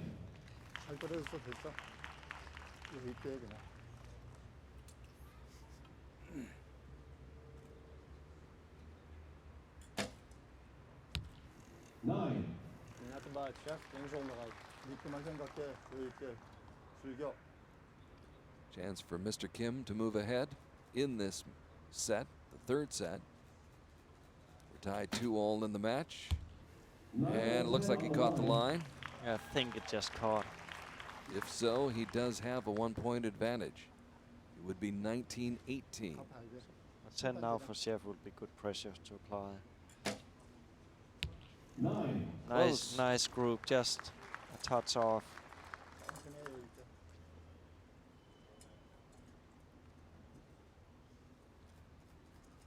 Trying to remove all doubt. And he does. So that 10 takes it, regardless of whether or not that second shot is a 10. So the seesaw battle goes back and forth. Kim Woo-jin won the first set, Jeff Vandenberg the second, and Mr. Kim the third. And he goes up 4-2. Kim Woo-jin with the highest average arrow score of all 8 recurve archers here in Denmark. Also the highest win percentage of 81%. Last time the Kim Woo-jin won a World Cup final was 2012. So it's been a few years.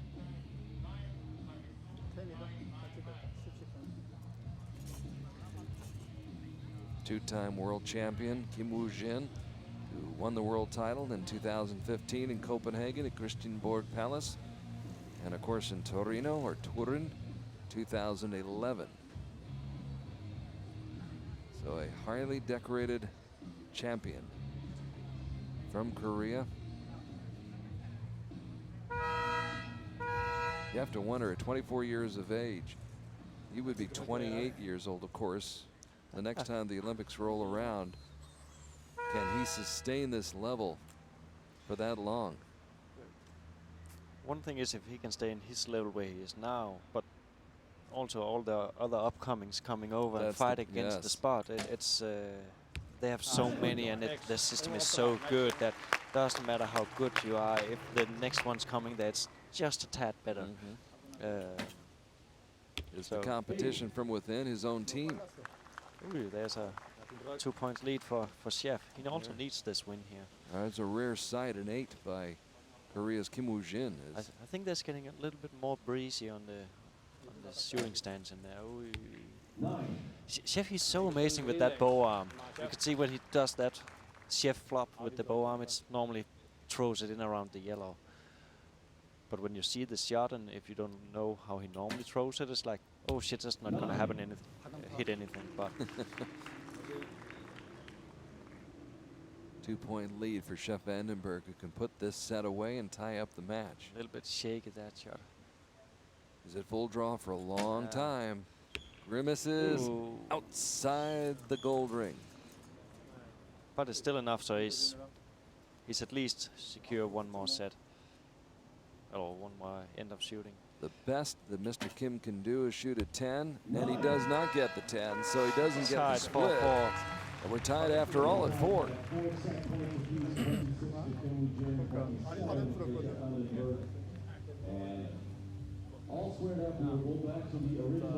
Also, Chef, after the Olympics, he has been super busy because after he came home there, He actually picked up his car, took his car, drove all the way up through Netherlands, Germany, crossing Denmark, up to Sweden, and to pick up his girlfriend. They packed down her stuff, filled up his little car, and drove all the way back. He has his camera with him on the way up there to take pictures on the way, and he had a stop in for a lunch break in Denmark. A road trip. Yes, exactly.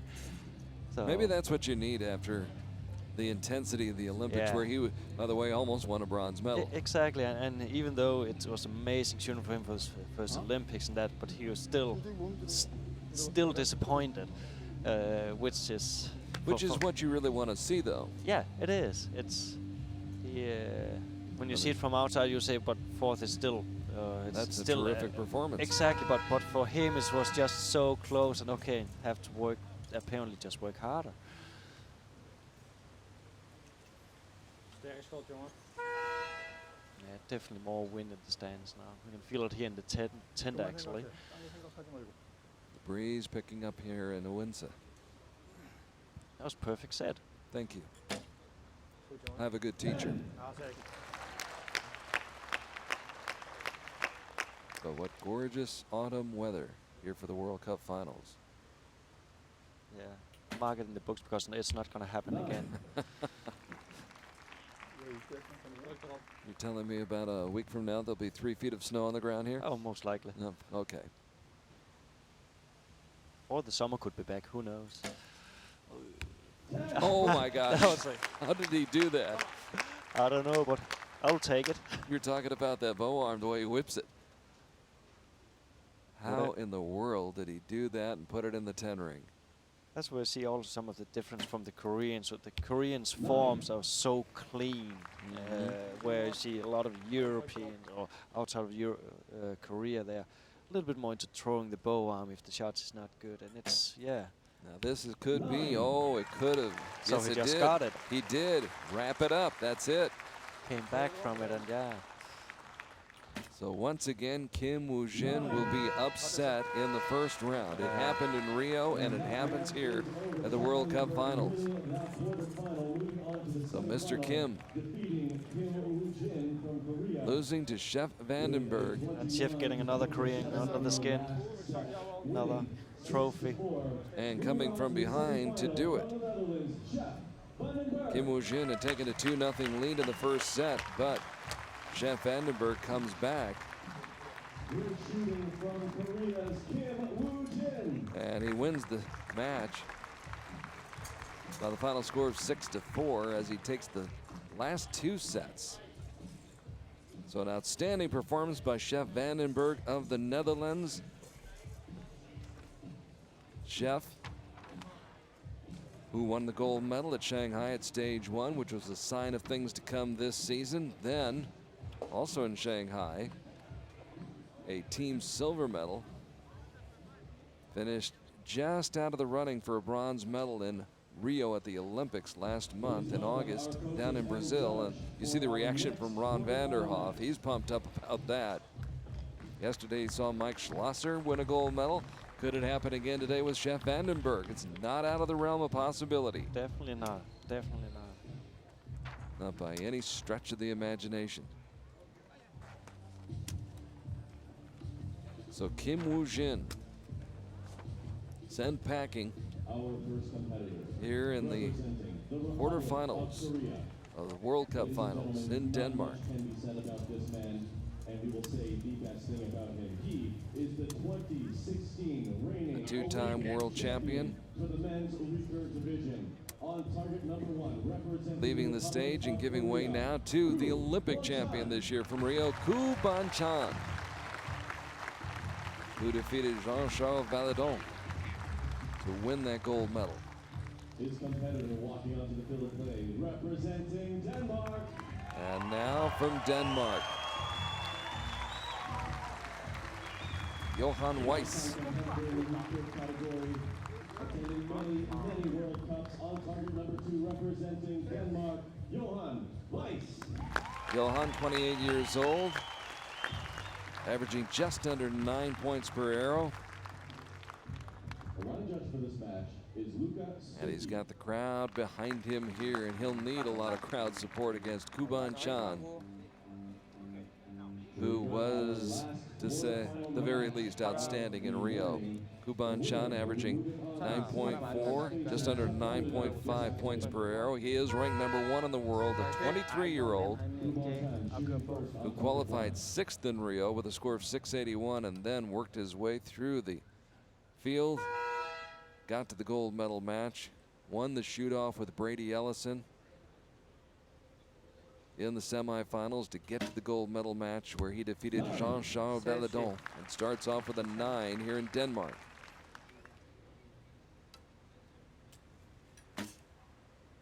Johan. The crowd goes wild. No, Johan knows these Koreans also a lot from his stay in Korea, and he trains with them once in a while. And so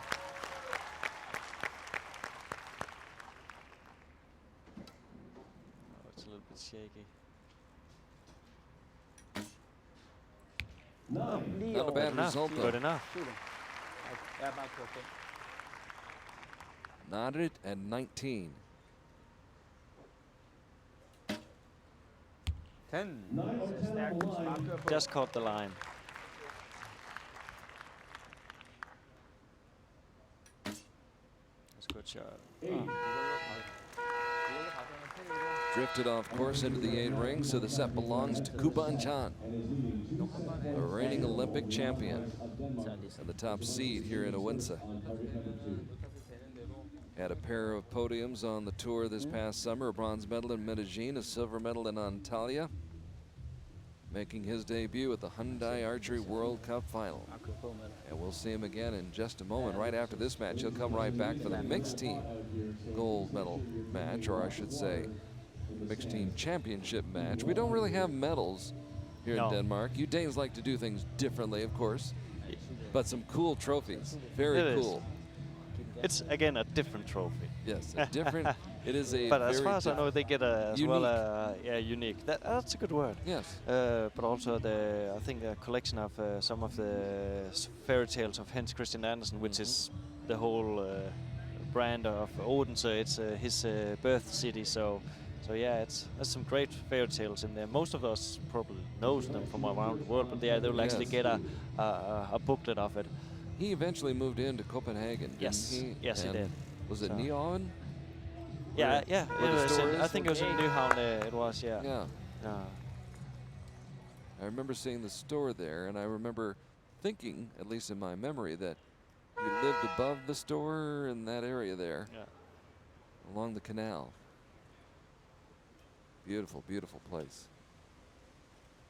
And on a day like today, no better place to sit back and enjoy a cool beverage with your friends. That's true. And listen to the mini accordion players.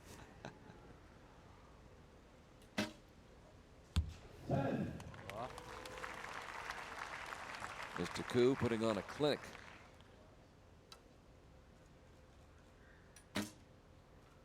Nicely Caught done. the line, yeah.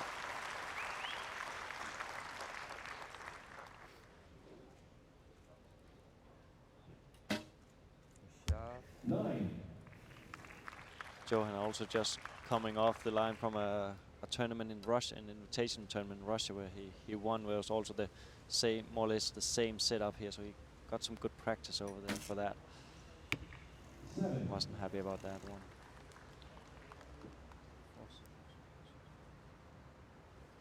So that 10 sandwiched between 2 7s. Kuban Chan with an 8 wraps up the second set and takes a 4-0 lead in this match.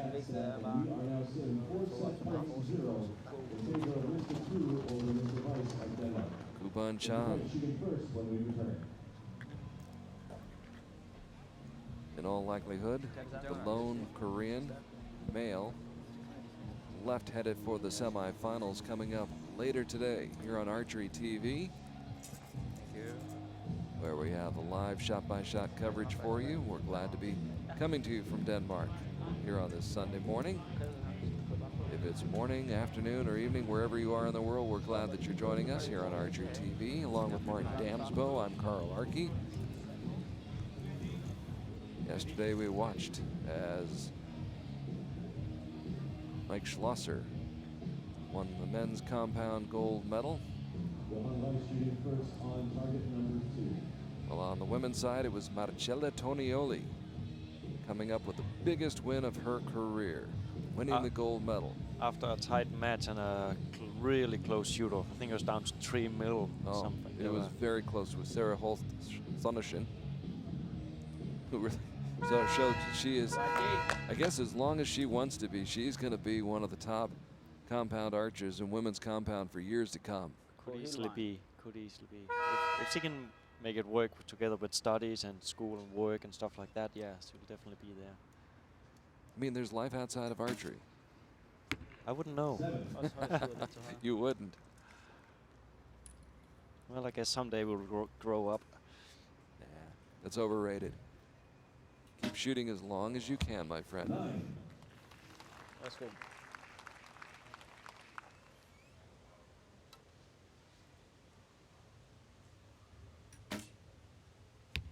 Good execution of Johan there. Nice shot. And that was for go, good one.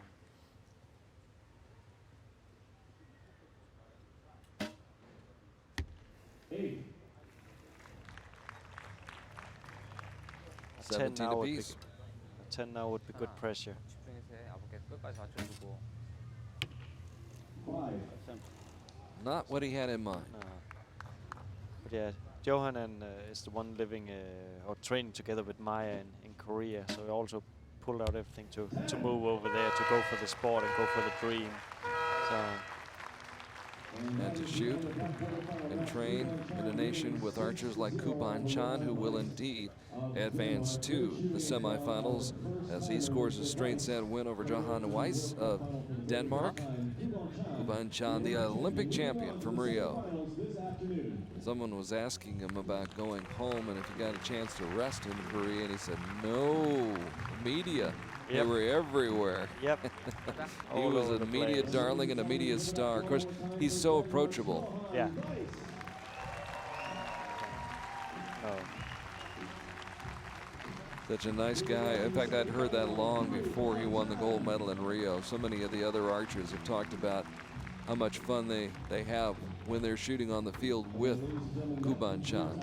That's also fun to watch, how you see how Korea have developed over the last 10, 15 years. Like 15 years ago, they were like really closed, like their own society, barely cliquish. barely talked with anybody. But now they're, you see also Kibo Bay, all smiling, chatting, having fun, making jokes, it's nice.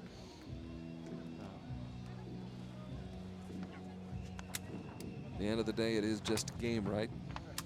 That's what people keep telling us. Pretty serious when you're on that line, though. As we get some new target faces here at the King's Garden. What a beautiful setting here, in the heart of Odense. Good look at Johan Weiss, who competed earlier moments ago against Kuban Chan, who didn't have many shots that he regretted. And a gracious winner.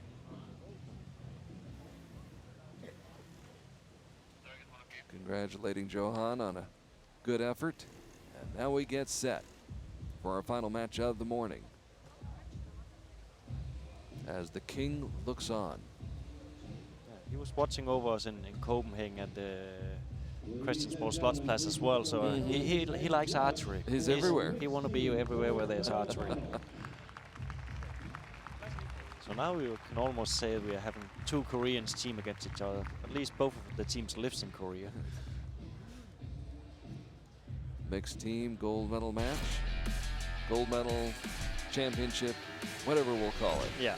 The one where you win the collection of stories from Hans Christian Andersen and a very, very cool trophy. Unique trophy. So first out, the two Koreans, Kuban Chan. The quick turnaround, and right back out there, along with Kibo Bay. Kibo Bay winning her match already this morning, 6-2 over Gwendolina Sartorii. And Kuban Chan, a 6-0 straight set. Or excuse me, it's not Kibo Bay, it is Chemi Sun. My apologies. Jamie's son, who won her match 7-1 over Guyana Dashi Dorjeva of Russia. We have Johan walking in on the stage again also after the few seconds break.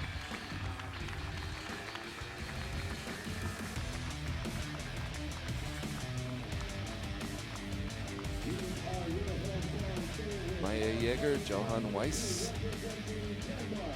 As Mark's mentioned already, these two training, living in Korea, have dedicated themselves to this sport, made the big move to Korea. And I think it's true for anybody who moves from their home nation to another country, a foreign nation. There's always going to be a cultural change, a little bit of a culture shock. Yeah, for sure. And it's not the easiest thing to do, to leave home. Very, very difficult. One thing is to leave home, but to move on the other side of the planet is definitely a big step. Learn a new culture, learn a new language, different food, different norms. Where to go.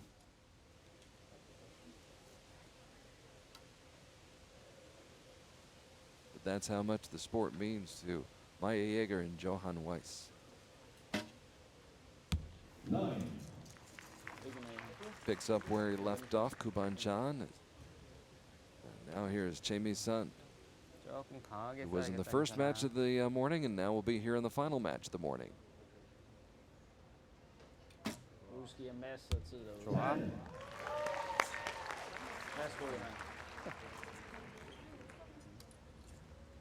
짧게 해 그럼. 너무 길면은 좀 사라지니까는 짧게 하면서 좀 더 자신 있게. So the bar's been set pretty high already for Johan Weiss and Maya Jerger. Yep. 9. Caught that line, that'll be a 9. In mixed teams, the two athletes, the male and female per country, they use the set system to determine the outcome. 2 points for winning a set, 1 point for splitting a set. The first of 5, not 6, but 5 is your winner in this particular format.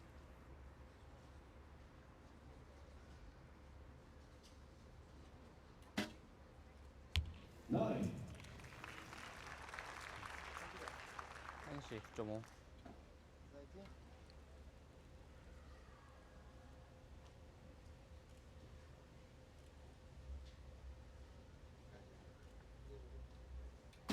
Jamie's son 9.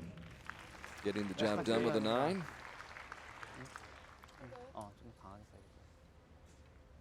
So there is an opportunity right here for Denmark. Put together a 10 and a 9, and the set would belong to Denmark, and there's that chance. Maya Jerger presented with that opportunity right here, if she can put it in the 10 ring. 70 meters away.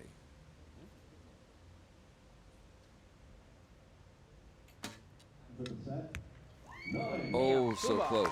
They tied. It's tying up with the Koreans is still a good match. Almost as good as a win, huh? Yeah. For many people, it definitely is. Just for not getting beaten up in straight sets, it's good. If they get the higher score, if it is tied like it is now, they each receive a 1 set point. And it is a race of 5 set points to determine the winner of this match.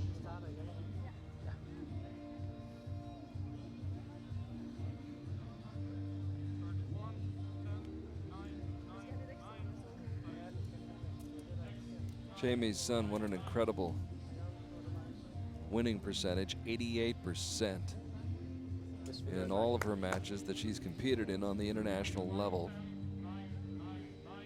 #1 in the world. Wasn't beaten in team, mixed team, or individual competition at all.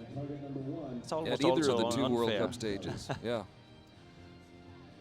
She attended the 2 stages in Medellin and Antalya, did not make it to Shanghai, but in those 2 stages in Colombia and Turkey, Was not beaten in team, mixed team, or individual competition at either of those two stages. In fact, it's rare when you see that the Koreans surrender a set. Exactly.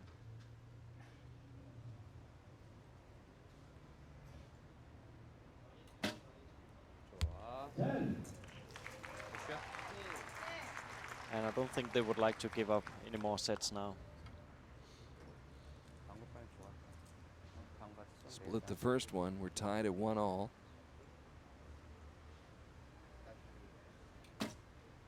Jimmy's son put it in almost the same exact spot as Kuban Chan. Fortsæt hele vejen.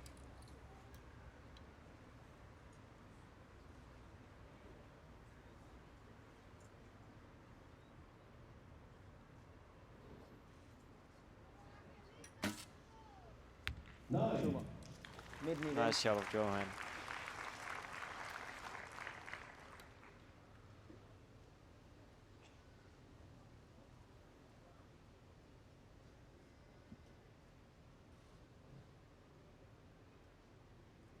Now the 2013 world champion matches that 9.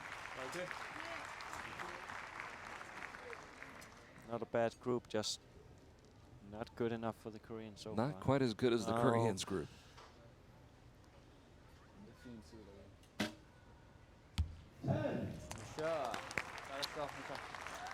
And they are tearing up the center of that target.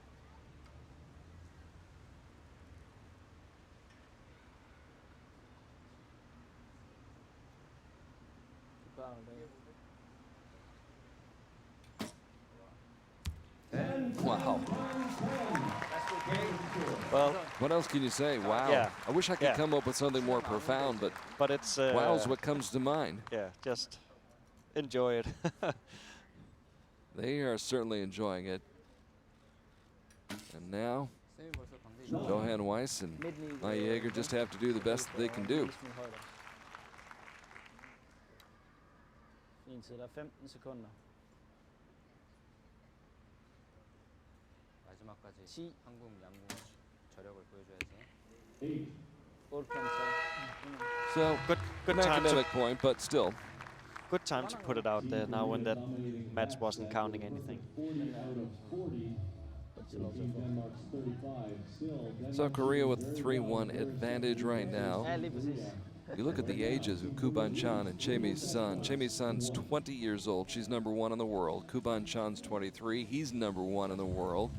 So obviously right now Johan Weiss and Jerger are kind of up against it. Yeah. And you look at these two and you think, well, they're going to dominate for the next 10 years. Yeah. But it goes back to your point that you made earlier, Martin, that somewhere back in Korea there is somebody who's 13, 14 years old. That's pushing through now. Exactly. So that's going to be challenging them a year or 2 or 3 from now. Yeah. It's the system over there is just amazing. That's also why you see there's a lot of countries that hire in Korean coaches to try and adapt as much as their system as possible. Sure. But you also see that it's not every country that can adapt 100% because the whole what do you call it? The culture. The culture is so different that again here in Denmark we don't have any full-time shooters here. So you have to do that. Besides, you do let's say 30 or 40 hours a week of study. Plus, you have to have a spare time job so you can actually afford living. And I guess that's the same in many countries where they are not so fully funded as the Korean system is. So, but also that's why Maya and Johan is moved over there, because if you want to beat the best, you have to learn from the best. Train with the best, learn from the best. And the breeze really picking up now. Really nice work for Maya in this. Even though there was wind, she worked through her shots really nice. So.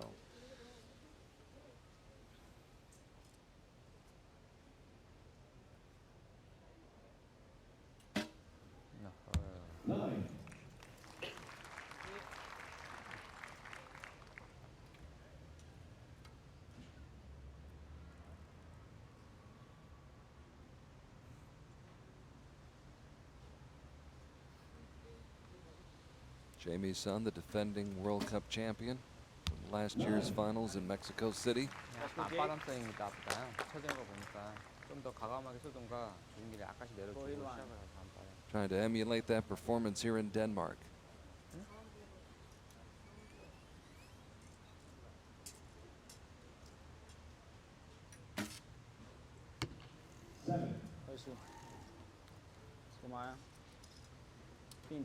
Not sure they will come back from a 7 against the Koreans. And again, it's first to 5. Winner take all. This could be the deciding set right Nice shot here. of Maya.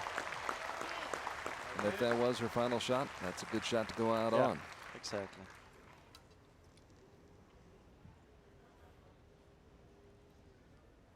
So now Kuban Chan and Chae Mi Sun trying to put it away.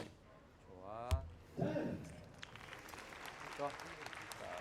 And he sets up Chae Mi Sun in good position right now. Just needs an 8 to claim the top prize here in Denmark in mixed team recurve competition. There it is. It's over. And Korea comes away numero uno in mixed team here in Denmark in the World Cup finals. 마야 잘했어. 실력 많이 늘었네 마야. They split the first set, then took the next 2, and Korea wins it 5-1. So congratulations to Chae Mi Sun as well as Kuban Chan. We've got a lot more in mind though for the rest of the day. Those two will be back later on in the day in the semifinals. And it would be very, very surprising not to see them in the gold medal matches. Both #1 in the world. Yep, they are definitely on the way to get there to the top of the podium again. But again, there will be a lot of tight matches here in the afternoon when they really start to run down the shots. So, because we have to remember now we're down to there's only 4 left. So it is crème de la crème. And to recap all of that for you, Chae Mi Sun defeated Tuyanadashi Dorjeva 7-1 in the first match of the day. Then it was Wu Jiajin of China, 7-3 winner over Ksenia Perova, also of the Russian Federation. Kibo Bay, 6-2 victory in a very close, much closer than the score would indicate match with Gwendolina Sartorii of Italy. Tanya Ting, a 6-4 winner in a real battle with Maya Jerger. Then on the men's side, Brady Ellison broke away after splitting the first 2 sets with Ernesto Bordman and defeated his Mexican counterpart 6-2. Wei Chun Heng with an impressive 6-0 straight set win over America's Zach Garrett. Chef Vandenberg with maybe the biggest win of the morning as he upset Kim Woo-jin of Korea 6-4. Came from 2 down to tie it up at 2-all. Fell behind again 4-2 and then won the final 2 sets to win that match 6-4. So Chef Vandenberg pulls off the upset, knocking out Kim Woo-jin. And Kuban Chan then comes up with a straight set win over Johan Weiss 6-0 before coming back with Chae Mi Sun. Kuban Chan coming back with Chae Mi Sun to win the mixed team competition over Denmark 5-1 here at the King's Garden. Just one of the beautiful, beautiful sights here in Odense. Odense? Yeah, that's Odense. pretty good. You'll get it. I'm getting there. Yeah. Closer. Almost perfect. Do I get an 8? I'll give you a 9. 9, okay. He's grading on the curve. But many, many, many beautiful sights here in this wonderful country of Denmark. Wonderful place to come and visit, vacation, enjoy your time here. This city, Copenhagen, of course, one of the great destinations on the planet. And hopefully we'll be coming back in years to come, down the road. Don't know when exactly, but you never know. No. When they had the World Championship in Copenhagen, all the organizers here from Denmark said, okay, no more tournaments, big tournaments for us anymore. We have had enough. It's hard Because work. they are major productions. Yes. Yes. And then they wanted a break, but then again, yeah, after a month, They said, nobody have it, so should we do it? Okay, we'll do it. We are in our routines now. Yeah, so Danes can do this. Yeah, so we'll see what's the next thing gonna be. But no, I think the organizers here and the volunteers here has done an amazing job. They really have. Even though this is a small tournament in archery numbers, it's still a huge production here. So. And just getting people from Copenhagen's airport to this site 2 hours away. Mario Scarazella, who's the World Archery First Vice President, joined by Rolf Lind, Archery Denmark's president, to make the presentations. In second place, representing Denmark. And Denmark on the podium, Maya Jerger, along with Johan Weiss.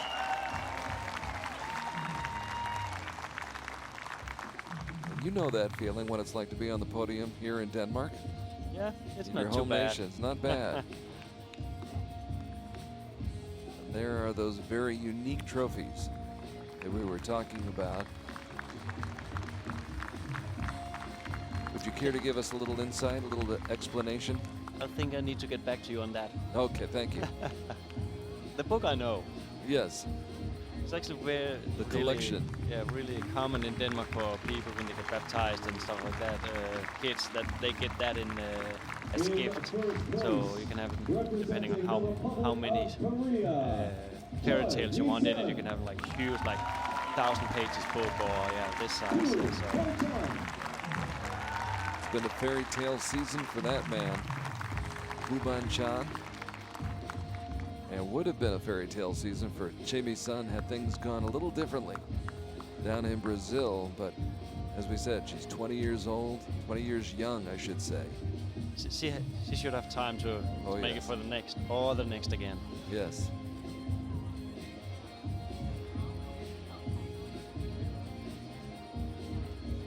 But I have checked up on the books shouldn't be in Danish. They should be in English. So there should be a chance for people to read them.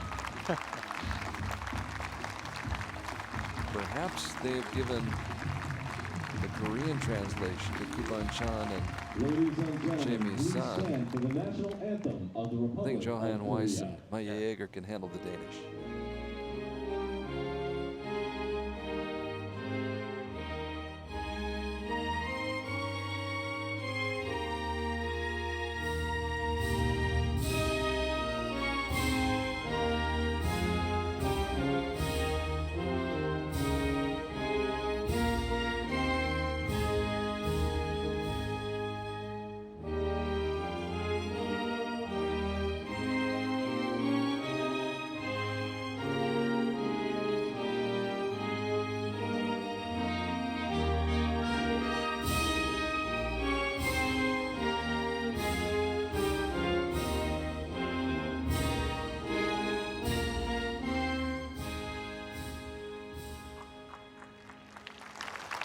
Ladies and gentlemen, please give a warm round of applause for our athletes. That may not be the final time we hear the Korean national anthem before the sun sets and this day is done here at King's Garden in Odense, Denmark. Big smiles on the faces of Kuban Chan, Chemi Sun, Johan Weiss, and Maya Jerger.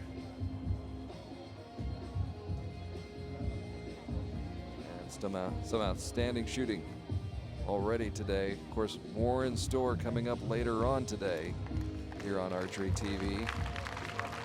Jamie's son will be back, so will Wu Jiajin. Ki Bo Bei, the bronze medalist from Rio and the gold medalist from London in 2012. She'll be back center stage. So will Tanya Ting. And on the men's side, Kuban Chan, Chef Vandenberg, Wei Chun Hang, and Brady Ellison in the men's semifinals coming up this afternoon. Your thoughts on what we're going to see this afternoon, Martin? It's I don't know, it's a lot of close matches. It's all the shooters there. Is I don't want to pick a side yet. It's going to be tough. Yeah. It is going to be tough. We'll see what happens. It could be that the two Korean women face each other, although Tanya Ting, she may very well work her way into the gold, or the championship match, I should say. And then wouldn't it be interesting if Kuban Chan and Brady Ellison got together again in the championship match after what they went through in the semifinals down in Rio? It's all yet to be played out, all yet to be seen here on Archery TV. Our thanks to Hyundai, Fila, Sport Toto, Longines, Hoyt Bows, and Easton Arrows for all the great support of World Archery here in 2016. We're going to take a little bit of a break right now, though, and recap and get ready for the semifinals and then the matches to determine the top 3 archers in men's and women's recurve. It's all on tap at the 2016 Hyundai Archery World Cup Finals, coming to you live from the King's Garden in Odense, Denmark. For Martin Damsbo of Denmark, I'm Carl Arke saying so long for just a little while. We'll see you again soon for more live shot-by-shot coverage here on World Archery TV.